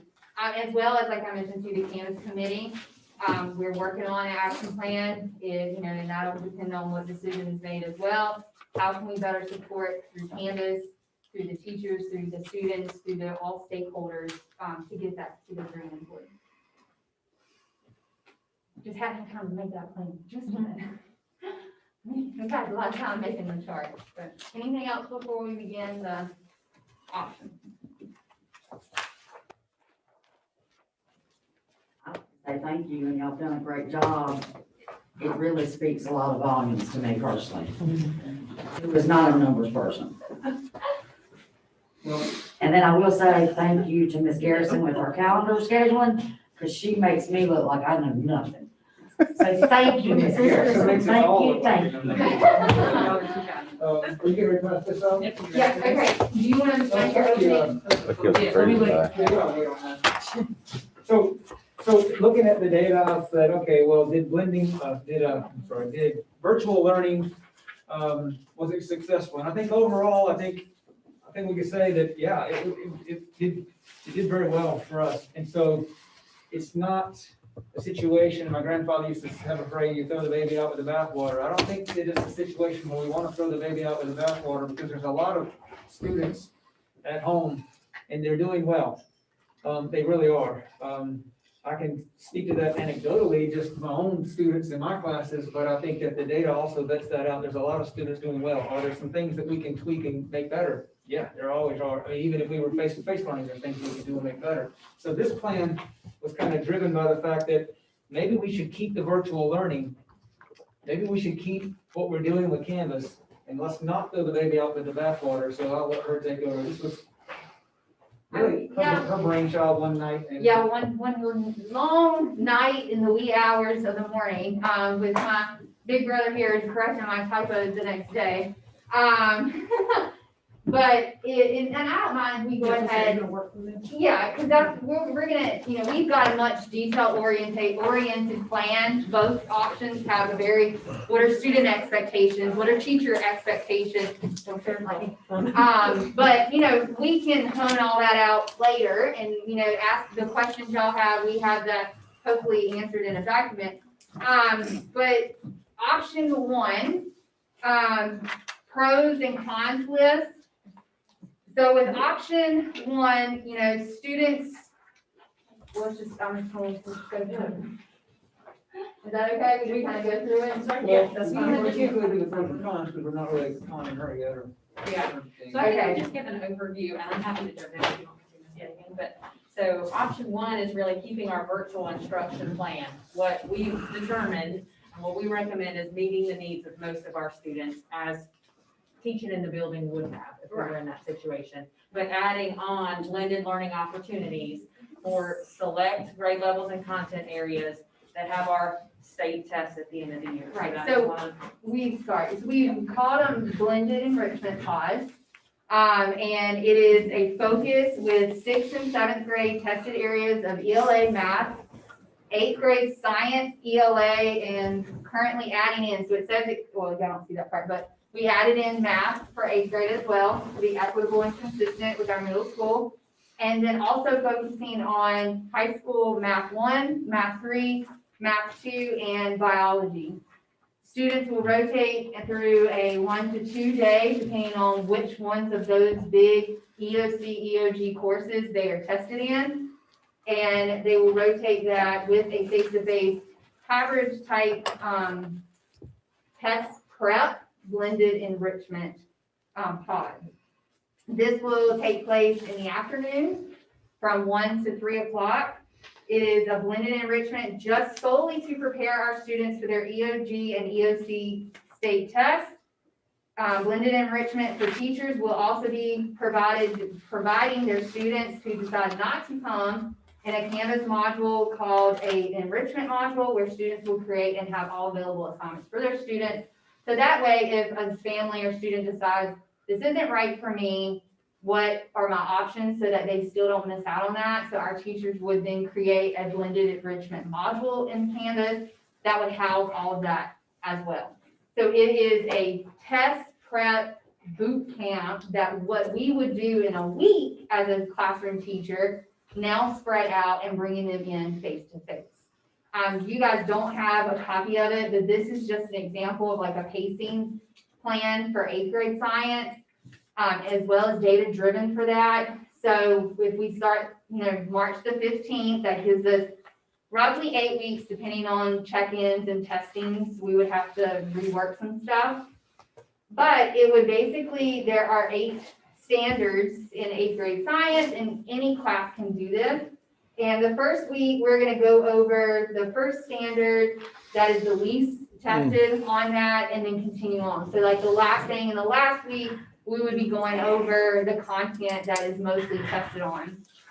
With this plan as well, you are gonna have face-to-face instruction with your core teacher that teaches it, as well as, with the exception, for 8th grade science. Just because we have the teacher that teaches that also teaches biology and can't be at 2 places at once. So if you look over to the color-coded chart, this is the rotation plan and pods with sizes and subject areas. So you would have, and none of these students mix.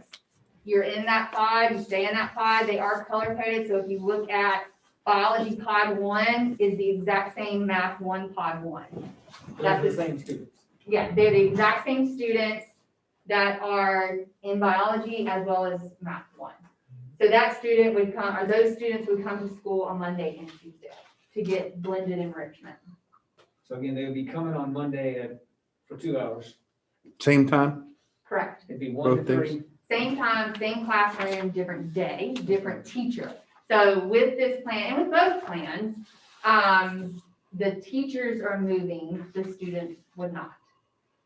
But they would still stay with that same teacher, same students per day with that. And, pods and movements can happen. If you wanted to switch, ELA 7th grade for pod, or ELA math 7th grade, pod 3 and 4, move them to Thursday and have Wednesday a cleaning day for that. That's, kinks to iron out a little bit later.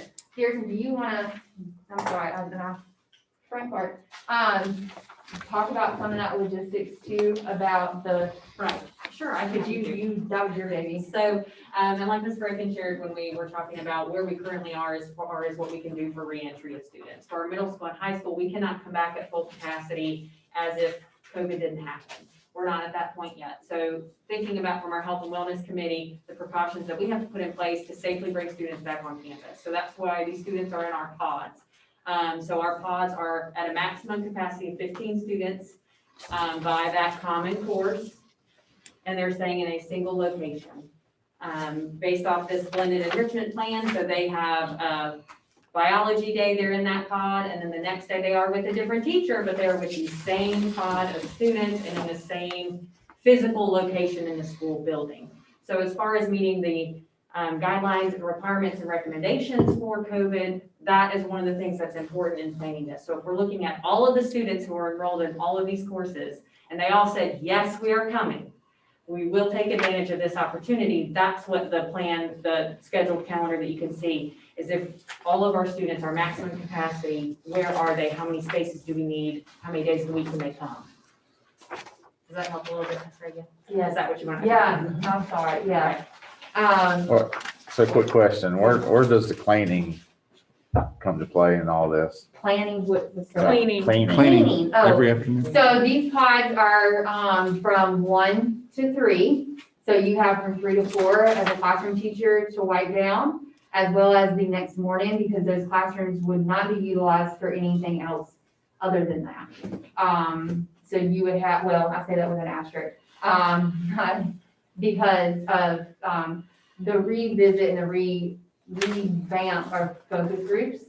Now with the data that was presented with that, and they'll meet later this week to discuss that, how do we want to do that? what resources do we have if we went with plan 1 or plan 2? What teachers do we have left to manage a focus group with subs? Different things like that would come into play as well. But for the most part with this plan, and we'll go over, if you want to start with that first page and the pros and cons.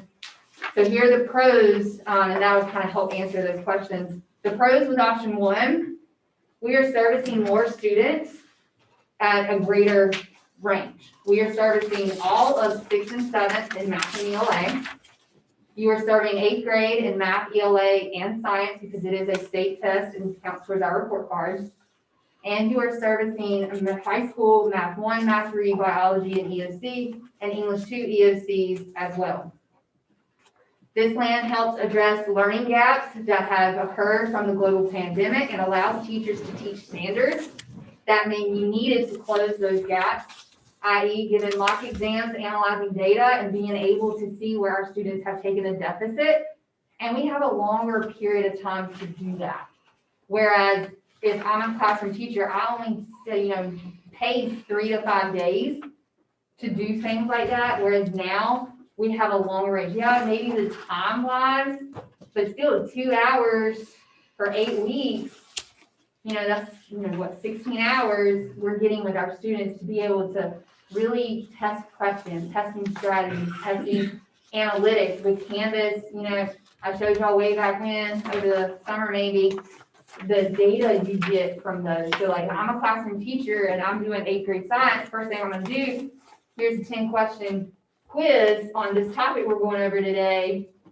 Take the questions, pull it up. Okay, everybody made 100% on that first question. I don't need to spend my time talking about it. You got it. Move on. Next question. Well, 20% of kids made that one.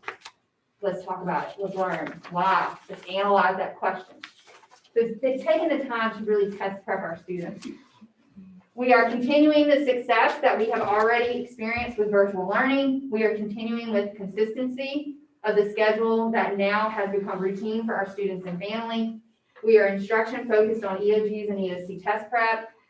This plan also, and I know it's not the meat and potatoes and given where teachers going, who's covering what. This plan is less stress on a higher percentage of our teachers in terms of their responsibilities. So teachers will not have to juggle face-to-face and remote synchronously. It's not going to be happening at the same time. So they're going to continue their morning from 8 to 12, doing their remote learning just as normal as we have been. And then we'll be doing 1 to 3 blended enrichment with their pods. Majority of teachers do not have to relocate their classroom. It allows teachers to continue with already assigned daily duties with less interruption. Technology may not be necessary for all students to attend. Teachers will be able to get more curriculum in their instruction overall, since review will be now scheduled through blended enrichment. So like I was saying, for example, those 3 days I was been reviewing, I can now put curriculum on that. Teachers do not have to utilize substitutes to cover pods in order to continue with other instructional opportunities.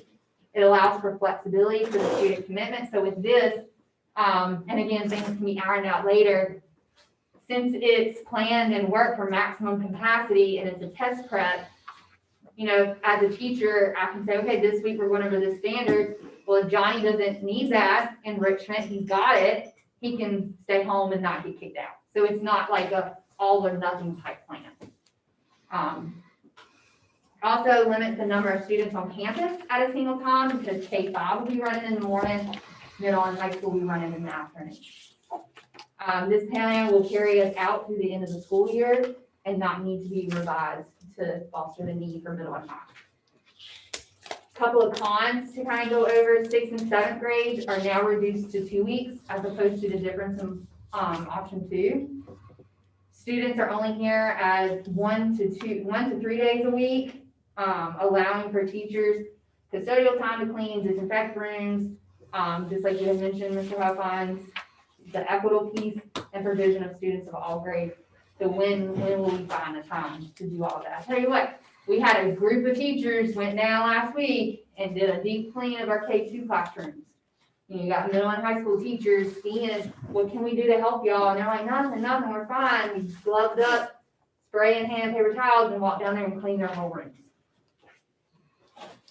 Canvas conference times will have to be adjusted for students because there are some Canvas conferences that conducted in the afternoons that are now going to have to be switched to the mornings because of blended enrichment. And must always be prepared for maximum capacity if we decide to let it be come and go and not all in one.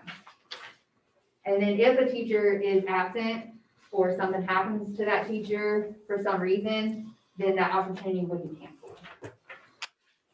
I wonder if anybody has a question on this plan. I mean, do you understand like the basic over? I mean, there's a lot of details and pros and cons and working parts to it, but I'm just sitting there thinking, if I were in your shoes, I'd be like, wow, so what? Yeah, it is. Now, is this bringing all of the students back in some? This is bringing 6th, 7th, and 8th back. Yeah. It's also bringing some high school students back. The high school students who are in courses Math 1, Math 3, English 2, and Biology. And the reason for those. All of those students or just Yes. the ones that are targeted? All of those students. Because those are the 4 courses that are tested. We have state test at the end of the year, and that's where we get our overall composite school score at that. Right. School of choice, people look at that, you know, so that's, we're trying to target those. But granted, if we can find a way, and Ms. Garrett's spoken, if we can find a way to get everyone in here and do the same kind of thing, that'd be great, but we need a couple extra buildings and a few other people. It's just- Wasn't somebody working on an extra building? If we can get that done by March, we can revise this. Oh, yeah, and like, and Ms. Garrison, I'll speak on this in just a minute. You know, she and I have looked at this A through Z, rearranging it, maximum Yeah. capacity, like, this is not plan 1 and 2. This is a misnomer to call it plan 1. Yeah, It's this plan is- 17 and 18. No, more than that. Okay. So what's the percentage of the students that we're talking about, like splitting between all of our students versus these students? What kind of percentage are we talking about? I will have to. No, the percentage, the numbers of students are at the bottom, the Yeah. total numbers of who would be in here on those particular days, but I'm not sure. No, total number of students of middle school and high school. So I might be able to answer some of that. Yes. So as far as like if we were to look at just all middle school reentry, that's 189 students. If we're looking at adding in 9th grade, that's 227. Middle and high is 350 together. So if we're targeting the students that are enrolled in these courses with our assessments at the end of the year, that number on the bottom. Yeah, she math and do some subtracting. On the, we're adding on 120 at the most on a certain day of the week, This, when we're talking about capacity. and so you adding all 5 of these is the total number of students, right? Well, those some of- students duplicate. Yeah. Okay. They're just the same. Yeah, so like, let's look, for example, 7th grade is my prettiest one because it's very easy. You've got 4 pods of kids, 4 pods of children. Pod 1 and pod 2, they would be coming on Monday and Tuesday. Come in, same room, different teacher. So one day they would be getting the 2 hours of ELA, the next day they would be getting 2 hours of math. And then they're done for the week, and the next pod of 7th graders come in, which are, 3 and- right, 3 and Yeah. 4. And again, cleaning purposes, and again, we'll let the teachers, they're the ones doing it. I feel like they should have a say in how they want it organized. If they feel that, no, I want to get it done, have Friday to not do it, or I want a Wednesday cleaning day before the different pods come in, whatever collectively is best for all. And then they flip flop like that. And again, students coming in, staying in the exact same room, most likely will be, 90% that teacher's classroom. There are a few that are located in the high school building that will be servicing a middle school pod that needs to be relocated to the middle school wing. But with this, we are not, as you can see down at the bottom, the total number of staff on a daily basis, 10, 11, 10, 8, and 4. So that is huge when you talk about, 2021 available, 2021 available, and these are the number of staff. So like if somebody gets sick, and we do have subs, so every one of these pods has a teacher on call. If something happens, they can call them and that teacher is devoted to that pod or that teacher. Back up. And we're still, so like, biology would be that biology teacher. He's got a contact teacher that is there if something happens. And we have resourced it out that way. So you're looking at all middle school plus partial high school, Yeah, the big four is what we call it. the big four. The big four tested areas. And I think that's most grades when you're Yes. looking at a specific course. So math 1 is generally your ninth grade students, so we're getting our ninth graders here in some capacity. English 2 is our sophomores, math 3, and so really it would be excluding our seniors. Are not typically in those Pretty courses. split evenly over 10th and 11th graders. Yeah. And I can definitely get that number for you if you want exact, numbers. I just wanted an approximate percentage of how many students we're talking about here compared to all of our students, middle school and high school. Well, what did you say, the whole middle and high was 350, and on Monday you got 118, but then you would have to add in the pods that wouldn't originally come to Monday. Mr. T can probably calculate it out. I'm doing it in my head, but I don't want to show off. Yeah. Just kidding, I can't do it. Do it. Just kidding. It's like, and My TI-84 is right there. Yeah. Need that. All of these pods on all of these days, all the students are showing up at 1 and leaving at 3. Correct, After we just dismissed K-5 students. correct. So 1:30 to 3:30, you know what, I mean, it's negotiable. Discussing, up for discussion, I guess would be a better term, up for discussion and tweaking and ironing out, you know. And two, if students decide, hey, you know, we don't want to come, then these pods could be, you know, smaller, not as frequent, more frequent. I mean, there's a lot of variables that would go on to that. And that's where our next step is, after whatever plan decision the board decides to make, is our plan of actions. All right, let's start surveying who wants to come, who's gonna come, and planning out the huge logistical pieces of that, which we have a lot of plan, expectations and things like that for our students and our teachers.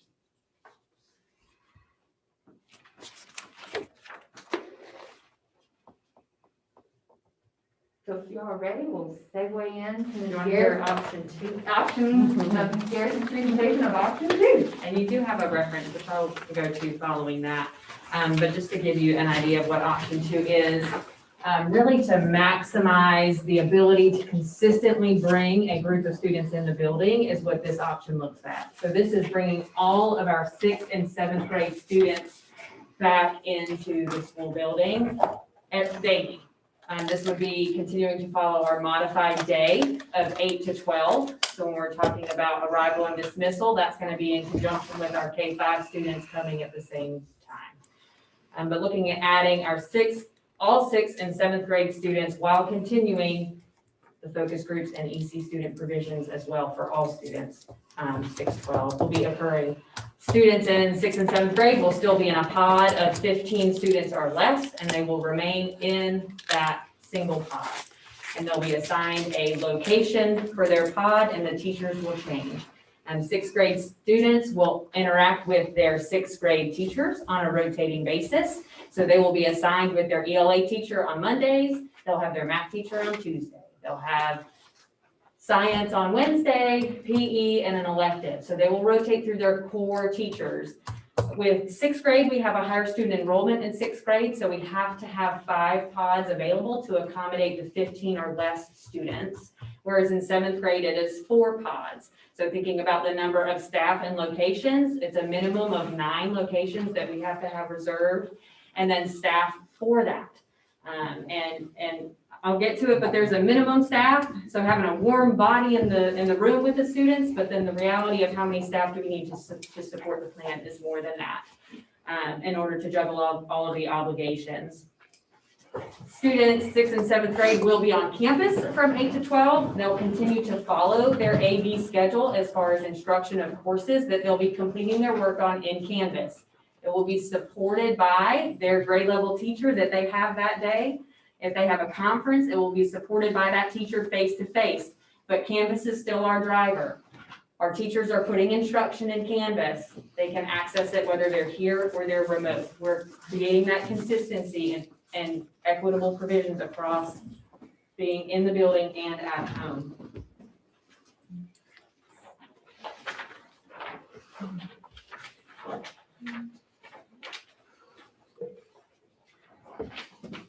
I think you can look at your sheet now. I'll show you kind of the pros and cons, but if you want to look at the schedule, you can see a teacher schedule. If I'm a student, I come to school and I know this is the classroom I go to every day. So the student, they just report there and they have a different one of their teachers every day. But when looking at the teacher schedule, there's a sample 6th grade teacher schedule with our kind of pentagon diagram. And then on the next page is a sample 7th grade schedule. And it is on a rotating cycle so that, if the teacher has other virtual obligations on Monday, the same pot of students isn't affected every single Monday. So it rotates equitably across all students and they have the same amount of time with every teacher. But the students go to the same room and the teachers rotate and they're connected to their 5 or 4 grade level teachers. And then the 7th grade sample schedule, you can see they have 4 locations. With this plan, we would be moving 6th and 7th grade classrooms to this building in order to keep the same grade level classes in close proximity, so those teachers have access to each other to support their instruction, because we're asking one teacher to support all of the content that day with that pod of students they have. And then they're gonna repeat with the next pod the next day. So students have hands on all of their teachers one day of the week, or 2 if it's a double week for 7th grade. So 7th grade would be on the bottom floor here, 6th grade would be up. So all of those teachers would have to relocate, but that would accommodate our 15 students. Capacity, we have some classrooms that won't accommodate 15 students. So logistically, that's where we are looking at bringing all of 6th and 7th grade students back and continuing our EC instruction for the remaining 6 through 12 students and our focus groups. That's looking at bringing 155 additional students on campus at the same time as our K-5 students are on campus. So we're talking about the 8 to 12 window, increasing our total students on campus at that time. Some pros with this plan is that we are bringing those grade levels of students back on a consistent basis. So they're in here every day, and it's equitable to what we're doing with K-5 with our face-to-face instruction for those students, since we are, the greater school. Students will rotate between their 4 or 5 subject areas with teachers of their grade level. So teachers will have students that they teach and students will have their own teacher. One of the ideas when we kind of navigated along this journey to arrive at this plan is that could we bring in more students just to put them in a room with a body? We could. We can't bring them all back. We don't have enough staff or locations, so it's not possible to bring 612 back and follow this model. But then I may be in a classroom with a teacher that I don't even have. It's a certified teacher and they can help me with Canvas. But what's the benefit of that if remote instruction is working? So a con for this, or a pro for this plan, is that they are with students that they teach and students are with their teachers. The teachers will facilitate those Canvas conferences between 8 and 12 for those subject areas. So that's not an obligation those students are having to do when they get home. They will do it with a blended face-to-face and kind of a live streaming in the classroom. So if I'm teaching a pod and it's my day for my assigned Canvas conference, I'm doing it with my students in the room and my 4 other co-teachers are running it in their classroom as well. And students will have their devices. That will create equitable provisions at school and at home. So we're all on the Canvas conference together, whether you're here or you're at home. We're doing it together at the same time.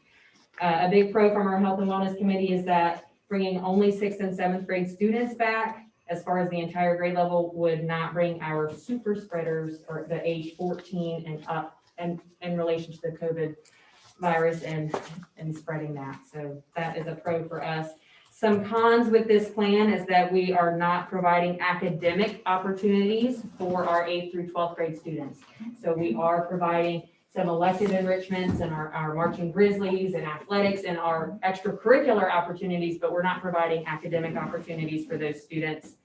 Again, teachers will have to relocate, both the 6th and 7th grade teachers and the teachers whose classrooms they are taking over. And they have to rotate every day too, so they can't just park in a new classroom. Teachers must have substitutes to cover their pods in order to continue all instructional duties. So the teachers are running the Canvas conferences, but they need an additional staff to monitor the chat of the Canvas conference of the other 5 or 4 rooms of the students who are participating remotely. Teachers would have to have a facilitator with that. Teachers would need coverage, which would be assigned specifically to the grade level, so we would have to use our staff. So high school teachers would be assigned, these 3 would be assigned to cover 6th grade teachers. These 3 would be assigned to cover 7th grade teachers. And if a teacher says, I have a small group conference that needs to occur, that's not gonna happen with the teacher in the room with the whole group of other students. They're gonna go to a separate location, and a substitute's required to continue to facilitate that Canvas instruction for the day of the students who are in the building. But they will be required for this plan. And then we also have teachers that have obligations for multiple grade levels. So we will have one teacher who's impacted by this plan because both grade levels will be on campus. We have one teacher who teaches 6th grade science and 7th grade ELA. So to be equitable for those 2 grade levels, we'll have to pair a comparable high school teacher with her to have an alternating week. So that teacher would spend an entire week in 6th grade following the rotation. And the next week, that teacher would have an entire week in 7th grade to limit who that teacher is in contact with over a period of time. And now the sub would be the same. So we would have the same comparable high school teacher covering her in 6th grade science that's certified to teach science, just not the 6th grade teacher. And on the flip side, the same thing. We'd have a certified teacher to cover 7th grade ELA for that teacher, but it's not that child's teacher. Now that is the minority of cases, but it does occur. But we have several teachers that will have students on campus and students off campus. So we have a 6th grade teacher, teaches 6th grade math, but also teaches 8th grade math. So she's going to be juggling students in the building, 6th grade who are face-to-face, and those who choose to remain remote, as well as the 8th grade students who are all remote, and trying to find the time to balance the obligations for that. So that is certainly a con as far as straining our teachers with face-to-face and virtual instruction, having to do it synchronously and asynchronously. Our specialty teachers fall into that category as well. We do recommend, again, assigning subs or our teachers, I say our teachers as substitutes. We do have a limited list of non-faculty subs that we could pull from in emergencies, but that is a very small list at this time. So our minimum groupings and pairings with that, we would need 22 staff to support this plan, and currently there's 21 available. If all students were to say yes, if all students were to come in the building, unless we're pulling from somewhere else that we haven't looked under that rock. But could it be possible? Certainly it could, but there's some things to iron out with that. But just to open your eyes to our limited resources, it's real. Teachers, a con, would be supporting the learning of other subjects. So I might not be comfortable teaching ELA, but I'm gonna kind of shout across the hall and say, hey, Ms. Taylor, can you help me? The student has a question, what do they need to know? Or pick up the phone and they can call or kind of facilitate that instruction. And students will not be able to complete all of their work and all of their Canvas conferences while at school. So they are here from 8 to 12, and we are going to schedule those core Canvas conferences during that time, and also including PE, because that is a commonality among all the students. We can control the common factors.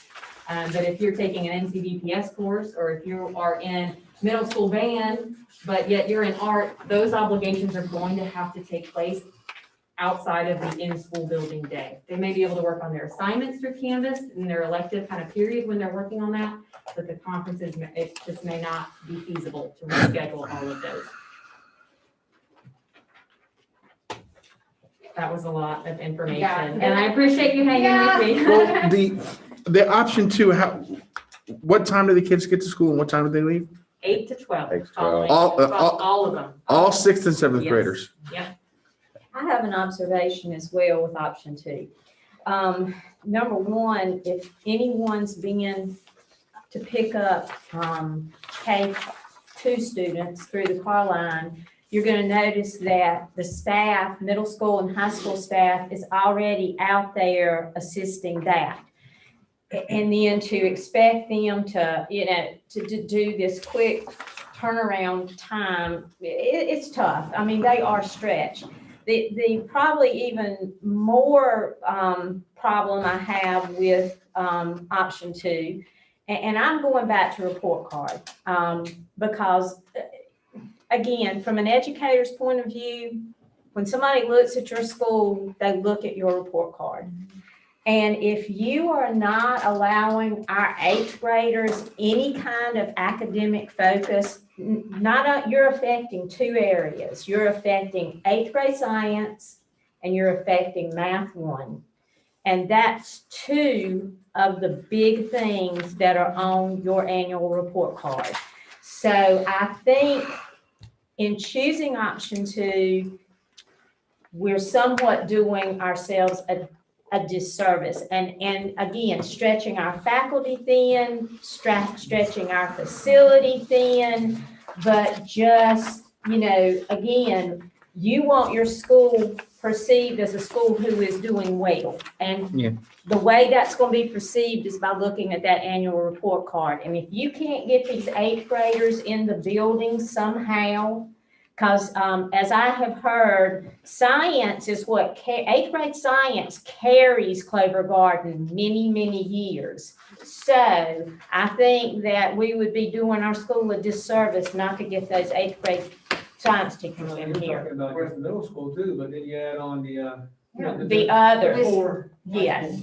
schools. And also what I noticed and what I took note of is, we're sending a message to 8th and 12th graders that's already having trouble with mental health issues. We're basically telling them they're not welcome at this school. Because it's saying not bring back super spreaders. That's how I take it. I think the super spreader thing is just on the paper. Is that defined by CDC? Where did that terminology come from? So they came, this, some of the data and the research that they've got out there, so like the ages of 0 to 10 the data is that those kids are less likely to transmit the virus. And so when they say super spreaders, it's the teenagers, it's the, like you said, 14 and up kind of age. So that keeps changing. They said something about there's some more guidance that's supposed to come out tomorrow from the CDC. And so, that stuff is ever changing as more data becomes available to review. More scientific data. And I think with the option 1, and just to, address what Mr. Hackney just said, you are going to be giving almost every grade level some opportunity to be on this campus, either through those big 4 that you're testing in high school, or the 8th graders who will be testing in math 1 and 8th grade science. And then you still, even if we're missing someone along the way, what we've got to hope is that somewhere an athletic, a band, some elective, something that goes on during the school other than the academics is somehow pulling in that child. So in my mind, it makes me hopeful that with option 1, maybe we can put our hands on each and every child that's at this building in some form or fashion. That's just my thoughts. And with option 1, it's servicing 6th, 7th, and 8th grades in full. Whereas in option 2, it's just 6th and 7th grade in full. So yeah, the number of days that 6th and 7th grade got cut, they went from 5 to 2 now.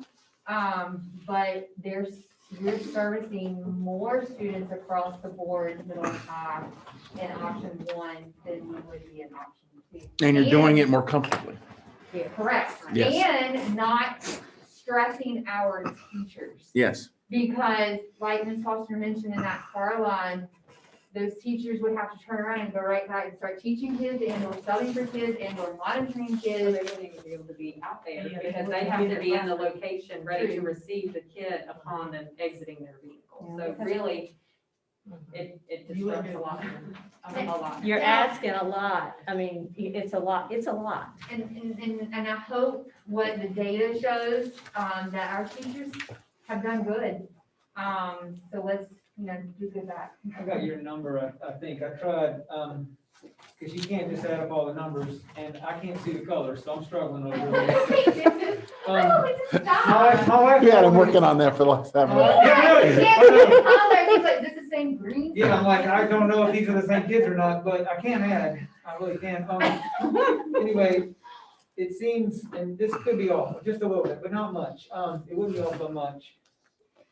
give me a confidence interval. Yeah, I said approximate. Thank you, so, thank you. Not to the nearest decimal, you Yeah, know. well, now, okay, so looking at the total number of kids in middle school and high school that we have, the percentage of kids that would be on campus at least a little bit, would be about 76%. Okay, that's plan one. 76%. 76% of middle and high school, Of the 6 through 350. 6 through 12, would be on campus From- at some point, From 1 to 3. from 1 to 3. Mm-hmm. Whereas when you look at Plan two just services 6th and 7th grade out of that same denominator, and that was 48%. 48% of high school, because you're just talking about 6th and 7th grade divided by the total number of middle and high school. All right, something a little bit unrelated, but you said that option 1 service 76%. We'll have 76% of kids on campus? Of the 350, yeah. Of the 350. Not necessarily in Oh, one day. No, but over the course of the week, Right. 76% of the kids would get a chance to come to In the school. building, What? at some point during the week. Yeah, my question is who are those 24 that aren't? Okay. Are they like excelling and they're doing fine at home and It there's, would be, okay, first of all, it would be no middle schooler, because all middle schoolers are in plan. Are on one, it. Coming in to some extent. yeah, It would be kids who are not involved in those 4 courses that we mentioned, Math 3, Math 1, Biology, and English 2. If you are not involved in that type of course, then that would be. mostly we're talking about juniors and seniors.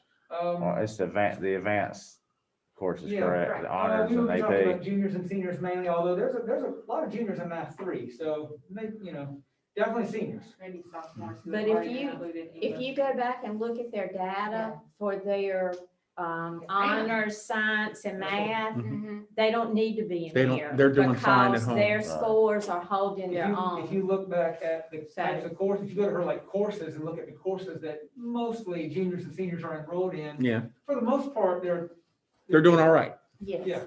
And that drove this plan. We tried to keep that in mind while, creating. And this is just me, but I'm pretty sure I'm the only teacher of math I teach pre-calculus, AP statistics, calculus, Math 3, and Math 4. Okay. And so those are all the juniors and seniors right there. So in terms of math, I can tell you that they're all doing okay. You have that data as well. And to look at. one thing though, as your committee, that I would like to see go back, if we choose, whichever option we choose, but especially I guess if we choose option 1, I'd really like for you to go back to that data and look especially at those core areas, that ELA, that math in those grade levels where they are not doing well right now, and look at some ways to pump that up between now and testing time. So I think that, regardless of the option we go, and I do think in conversations that I heard on your leadership committee, that is something you plan to do. Yeah. So, I think that, I think the board would want to see something done there, just like if there was a teacher and Mr. Rankin or Ms. Moore saw that they needed extra help, then they would have an action plan. So same thing here. If there's some, classes that are struggling, I won't say teachers, but classes that are struggling, some kind of action plan that would just help to push them along, make them more comfortable, and then in turn make those students more successful. Sure, I think we need to target what you're saying. I think we need to look at why that's an orange. Maybe the teacher needs help, maybe not, but why is it orange? Right. And that little block that you're talking about, and let's come up with a plan for it. Right, exactly. And like I mentioned too, our CAMS committee, that's our next plan. Tomorrow's job is what can we do for CAMS? Is it a content, something specific to students? And we'll have to sit down as a committee and meet with those teachers and see, because you all know, every CAMS course is different. I run my course differently than Mr. Cheek runs his, and Ms. Garrison runs hers, and utilizing the tools. So like with me, So I'm just using myself as an example, just because it's like when my kids take a test it's through a Canvas feature called quizzes, I can tell you exactly what standard those children need working on for that blended enrichment. And one thing that's gonna help is if you do that blended enrichment, those children are actually gonna be here, as opposed to, you know, just getting that virtual. So when you get those 6th and 7th graders back in language arts and math 2 days a week, I think that in and of itself is gonna show you some increase from that orange up to possibly passing I level. hope so. One thing that excites me about it just personally is that last semester I had a math-free class, and the math-free class, I mean, I really just had to prioritize. I mean, I couldn't get it all in. It's a large curriculum to teach a math-free, and face-to-face, I've been teaching math-free for a while, and I've always been able to get it all in, and I was not happy about that. So I had to prioritize, and there's such thing as power standards. So you look at the standards that are gonna be the most prevalent on the exam, the standards that are not prevalent, and the standards that you would like you to teach, but if you don't get to it, it's okay. I had to cut those, and I never had to cut those in my career. So I had to teach almost right up until the exam, and then just review, and I wasn't reviewing with them face-to-face back in December. It was like, my Canvas module was like, here's your review, and of course I had a Canvas conference to help them with that. But that was as good as I could do. But with this plan, I will have more review uploaded, or I shouldn't say uploaded, but front-loaded is the right word, front-loaded, starting back in like March maybe. And now we're starting to review for this exam, and then if I don't have to spend an entire week at the end reviewing, because we've been doing it all along, I can get more of the content in. That kind of excites me a little bit, and I think it's gonna be better than it was last semester with my math group.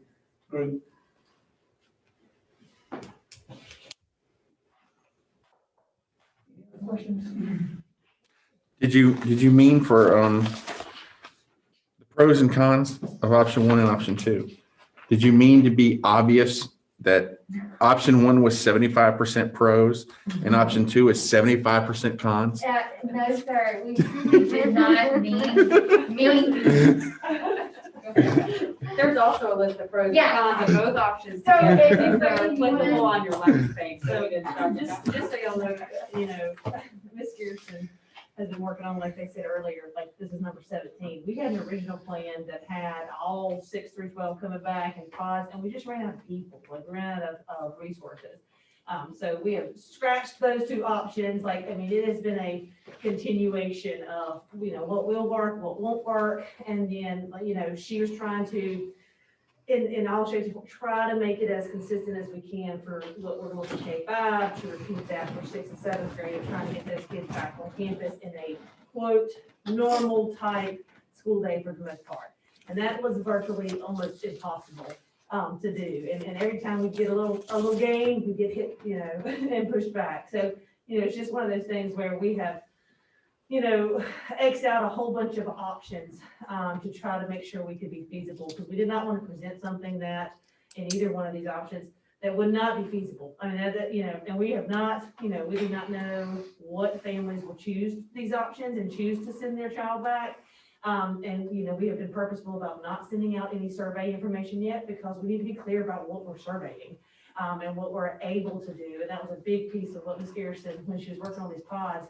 You know, I don't want to say we could do that and stretch ourselves too thin in case everybody were to say, yeah, let's come back. So it has been a jigsaw puzzle that no one anticipated, or, you know, it's just very, very difficult with the restrictions and the requirements that are in place, you know, to keep everybody safe. Well, I So- appreciate the fact that they gave us 2 options. I mean, at least something to, you know, an option here, which I'm sure they have one that they prefer. But they didn't just present us with something that they wanted. They gave us something else to look at so that we could weigh the differences. And I don't sit in on every leadership meeting, but I've sat in on several, and they sit in these meetings for hours. I mean, sometimes 2 hours at a time, and they do this multiple times a week, a month. And so, you know, my hats are off to them, because, you know, they're not getting extra anything for doing this except a pat on the back and saying thank you, you know, so, and I do appreciate your hard work. I really do. I see it. I mean, every time I join in, I see how hard you're working. You know, you talk about the disparity and the pros and cons, and does look about, you know, I think it was us four on a meeting, we really just, it was all four of us going con, pro, con, just trying to get them all in there as much, and then we put it on the eyes of the leadership team. Yeah. And the leadership team added to the pros and cons list, and then I thought of some later, and we added some more, so We've been running this all day. I didn't go into it really with an agenda. I wasn't rooting for one or the other. It's not a competition. It's a what's best for the kids kind of thing. Yeah. And you know, and you can, what can we support? What is feasible, like Ms. Reagan said, what can we support and not kill ourselves, but yet. Yeah, but that's in the vein of, you said option 2 is going to take 21 staff? 22, we only have 21. It's going to take 22 staff and you only have 22. So if somebody's sick, Brandy's teaching biology or something. Correct. You can come do it. You can do that. You can teach a finance class. And just with option 1, you know, every pod, every subject area that we are reaching, with the exception of 2, will have their classroom teacher. Every one of them. And that exception will have a comparable teacher in its place. Wow. No, I know, I volunteer myself, do math, I mean, the science, 8th grade, no, I'm not math, I'm supposed, okay? And with option 1, if you guys do come across, I mean, we're talking about some of the subjects and like math, some things that need to be targeted. When you guys do come up with something that you think will help, you'll have some of the resources to maybe go after that, where if it was option 2, you don't have anything extra. No, we don't have the manpower to serve that. Yeah.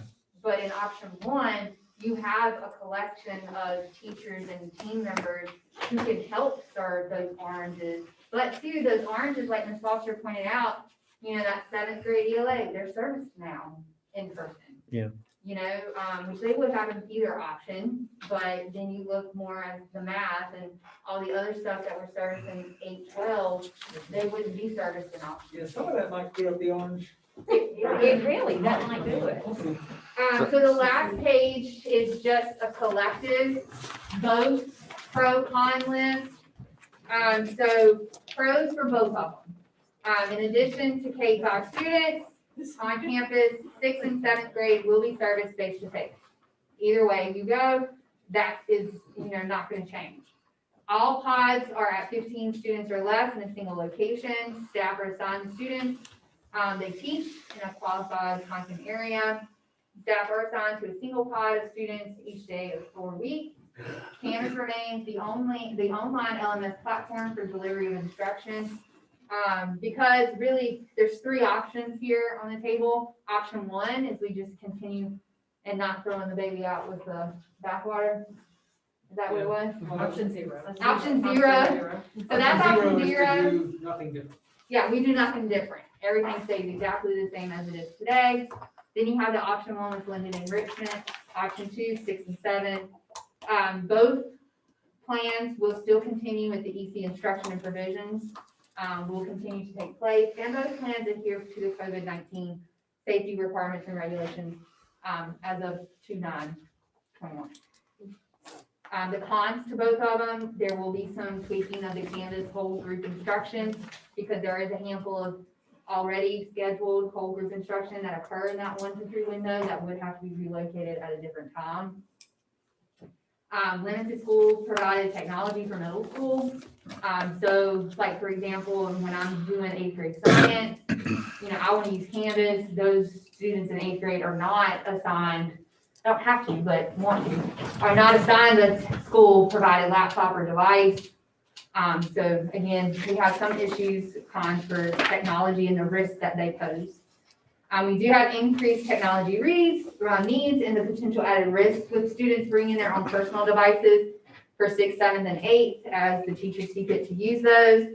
No option has the opportunity for a full day, and then limited resources for staff, location, supplies, time, funds, and then staff burnout. Either way, either option, we're adding more to our staff. except option 0. And then too, I want to kind of elaborate on the con. We are adjusting the conference times, and neither option 1 or option 2 eliminates the obligation for students to do their work in Canvas. Whereas K-5 students who are coming to school, they are getting their instruction at school, and if they're choosing to stay remote, they're continuing as is. But with both of these additional options, there is still something that they're going to have to do. On Canvas. So And for blended enrichment, it's as is, but we're gonna adjust their conferences, so those take place at a different time, so they can take advantage of the opportunity of blended enrichment. If we bring 6, 7 on campus, we're gonna support as much of that instruction as we can in-house, but there's gonna be those small components of those elective courses and homework, of course, that they're gonna have to do at home. So with both of these, it will not eliminate that child's obligation. And I shouldn't say, so like in K2 right now, students still have to submit their homework and things on Canvas, but they will even have instructional components that they have to, watch and view or submit as, do that way. So that's kind of an added to the con. So I got It needs to be clear too, that with the blended learning, that's not a grade. Okay, we're not asking the kids to come in, the blended learning, the stuff that we would do in the 1 to 3. We're not grading kids on that. So they're still earning their grade for their course based on their Canvas, yeah, just like they always have. It's enrichment. Exactly what it says. it's help, yeah. Right. So, And May I then, ask a question about technology? Yes, ma'am, we can hear you. Just about the devices. What about those families who've invested in desktops for their students at home as opposed to laptops? Are we talking about how are those students going to BYOD, so to speak? So it should be speaking of like 6th and 7th grade, she's back on site. Yes. So 6th and 7th grade, so what we had to check on was the risk of bringing your own devices. So right now, no one's allowed to bring their own devices on campus. All of our devices are school issued. That kind of is a liability piece there because, just trying to protect what's on the computer and viruses and things like that. But we did check with our tech department, and there is a way for kids. So basically, we have maxed out every school device we have. Like that is it. Like that's all.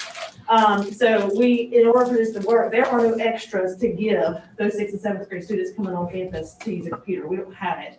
And so they would have to bring a personal device. And we've gotten permission where we can technically add a personal device to our server. There is a little bit of risk involved, but there's a couple of waiver forms and things like that that we would have to give those families that sent in, those laptops and things like that. But that is a good point. Those kids that do have desktop computers and things like that, we have maxed out pretty much everything we have on campus to be able to give them. So they would have to have something like potentially an iPad. We have classroom sets and things like that we could potentially give those kids. But then you run into the issue of they may not load the programs and the software and all of that stuff that goes with that. So those kids that do have desktops would potentially be at a disadvantage if they were coming on campus every day, Monday through Friday, and they were expected to bring a device. For option 1. Yes, for option 1. And for option 2, option 2, I'm sorry. That was for option 2. That was for option 2. You messed me up. Sorry, that was me. That was for option Yes, 2. option Now, 2. option 1, that would be however the teacher wanted to organize, bring your own paper and pencil, and, show your answers, write your answers, walk around, however the teacher wants to do that. But like it said in that protocol list, it wouldn't be necessarily a requirement for their enrichment to bring a device. so I had a question you had a pro number 6 or EC students. So all EC students will be eligible to be here, correct? Correct. So, and that start date is February 22nd. So we have a lot of our EC students already on campus, with elementary coming and then 3-5 returning and then through our EC focus groups. But that would be extending that opportunity to EC students that have special ed services in the special ed location to come back to campus starting February 22nd. So that would be all grade levels, and thinking about the metrics and contact tracing, those students are serviced by their grade level. So if they're not getting their EC instruction, we need staffing and location for a focus group for those students to go to with their peers. So that kind of merges with our SST focus groups. So if we have a middle school group, we pull our students when we need them, and then they go to another location, but just, it continues to limit our resources of staff and time and space, but that's of a priority and a precedence, that those students need to be in the school building. And the data proves that, supports that. And they're making good progress. Exactly. Yeah. And what date was option one? Was that mid-March? March 15th, March 15th. both of them. Are the middle school and high school staff members prepared to execute and support whichever option we choose? They've been told a bunch of different options. Yeah. Yeah, or- I think there was some obvious tension, just because of how much effort and work has been put into our virtual program. Remote learning has not been easy for anybody. So there was a lot of tension surrounding that, especially, like I told y'all, we've done mixed off a couple of options, especially when we were maximizing, 6 through 12, trying to have them all here at the same time. And so there was a lot of stress that came with that, especially from having to balance face-to-face instruction, and then meeting those kids after school for remote for that grade level. And then I'm teaching another grade level because I'm also a high school teacher, and I'm trying to figure out time to get, because right now, truthfully, in their defense, they are working 7 days a week. There is no downtime whatsoever right now. So if you want to say, oh, well, remote's just easier. No, it's not, because they are spending hours and days and weeks planning and organizing and communicating virtually. But I just think that at this point, they put so much time and energy into our remote learning plan that you don't want to throw it out, because we don't know realistically how long we're gonna have to use this. And, kudos to the academic committee leadership team, those folks, because they have tweaked the remote learning plan since the beginning. And we kind of came out, ahead of the game in aspects, because we've always had our remote learning plan in place. So no matter what happens, kids have had that training, whereas some school systems and other charter schools that Ms. Moore and I, speak with and stuff, they have had to backtrack. They started trying to bring kids back, then hit the peak time, November, December, January, and they were trying to backtrack in the middle of the school year, trying to teach teachers how to use Canvas and kids and families how to use Canvas when they had no idea. So I think all of our front loading, like they said in the beginning, has made us as successful as we are right now. Now, there's always room for improvement, hands down, but I think that, to throw that out after they've worked so hard with tweaking it and changing it, and it's on every agenda that we meet with the academic committee. Tell me what's going on with remote learning, what are you hearing, what's working, what's not working. But to take this and then take it another step further, I think that they are fully in support of that, because the teachers do want those kids back in here. There's just a lot of moving pieces to make that happen. So I truly believe, like I said, there was a lot of stress in trying to figure out how to balance. But I think with this way, you're leaving them alone to do normal, remote hours during the morning. And then they may not, depending on, who's teaching what, they may not have a group every day. They may have a group 2 days out of 5, or so it's not necessarily going to be 5 full days of teaching in the morning and then, enrichment in the afternoon. So there may be a little bit of flexibility there. So again, I'm speaking for the group, but I think you guys probably got that same feeling. So, and that's what drove me to come up with this. We talked on leadership, what day is it today? Tuesday. We talked in leadership and academic committee on Monday with option 2, and so many teachers panicked. Panic button. I was one of them. I'm panicking. Every teacher was panicking. And I was like, we got to come. We talked about blended enrichment 2 weeks ago. I mentioned it in a leadership meeting when we were in the cafeteria when we were trying to start this planning. And it's like, there's got to be a way that we can figure out this blended enrichment so we're not stressing our teachers out, because they have done so much. And like I said, the data proves that. Of what they're doing is working. So change is always hard. Change is very hard. But I think this is a compromise in between, so it won't negatively impact them as much as I think us trying to get kids on here in a normal school day. It's different because you have to offer the remote option. We don't have like 5, 6th grade ELA teachers. So like, okay, 4 teachers could do it in class, and then this Ms. Moore could be the remote teacher. We don't have that. Our resources are, there's one ELA teacher, there's, one math teacher, and it's much different than, if you try to compare us to other charters or even other districts and things like that. Thank you very much for your hard work in putting all of this information together. It's excellent. You've done your due diligence for both plans, and it's very much appreciated to lay that out for us so we know going into making a decision, we've got the best information to support that decision. So very much appreciated. Thank you. Anything else?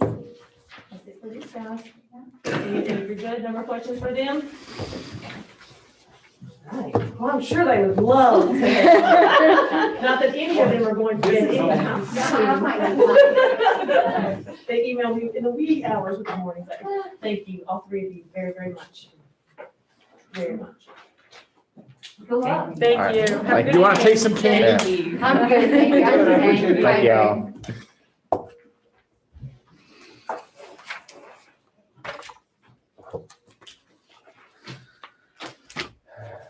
Okay. I just see that doesn't say vote, but I think that after. Right. Okay. Moving on to governance. Governance committee, Mr. Brooks, any update right now? No, we're meeting Friday, I think, Correct. to go over grievance, which we decided that those aren't allowed anymore, so we're just gonna nix them. Okay. Thank you, Mr. Brooks. Finance, Ms. Lane, any updates currently? I'm sorry, I didn't know. No, I'm sorry. I sprung that on you I too. think we are going to be having a meeting with Monica Cutno. Yes. From Truist Bank next week, Ms. Sims left, I think it's the Yeah. 18th, to explore that option. Okay. 9 o'clock. Approved the audit in the last Zoom. meeting. Okay. On Zoom. Mhm. Y'all may only see my face. Ms. Foster, academic committee, any updates?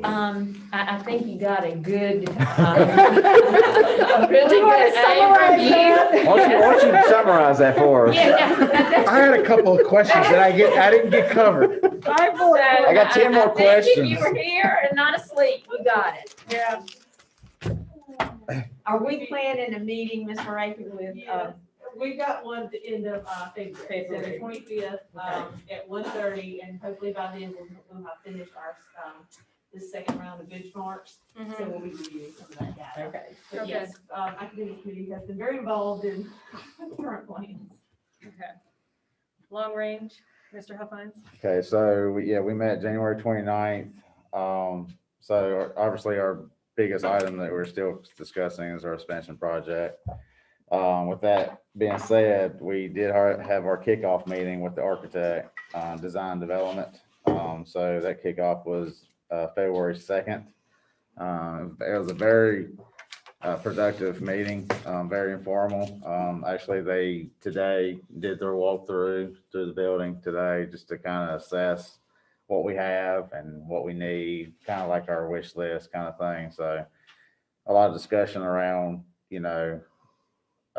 the buildings, for middle school and high school, eventually long term, and then athletic fields and things like that. So, I mean, that's where we're at. We're still discussing financing options.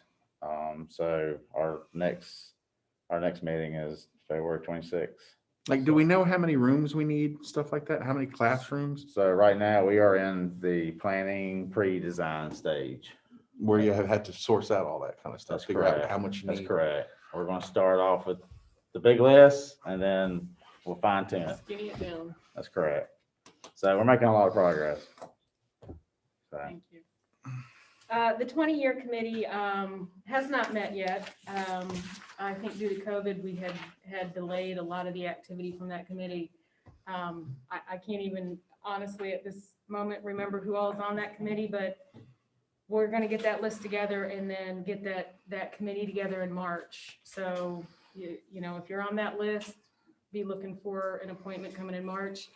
our actual, I think, anniversary date is in the fall, is in August or September range. So we want to have a good 6 months to plan for that. Hopefully, we'll be past all this COVID stuff and be able to have a nice big celebration. So if you've been pegged for that committee, March is when we'll have our first meeting. Anything else for governance? No, ma'am. Thank you. Moving on, new business, fire marshal visit, Ms. Simmons. Most recent fire marshal visit is attached in your packet for viewing. We have to add, just so y'all know, we have to add push bars to 2 sets of doors in building 1. We're currently getting estimates for that. Any questions? Any other items for new business at this time? Any other items for discussion? Okay. Do I have a motion to move into closed session for General Statute 143-18.11A15? Like motion. Mr. Heffines, second. Mr. Brooks, all in favor? Ms. Saunders, Ms. Foster, Mr. Brooks, Mr. Heffines, Ms. Lane, and Mr. Hackney.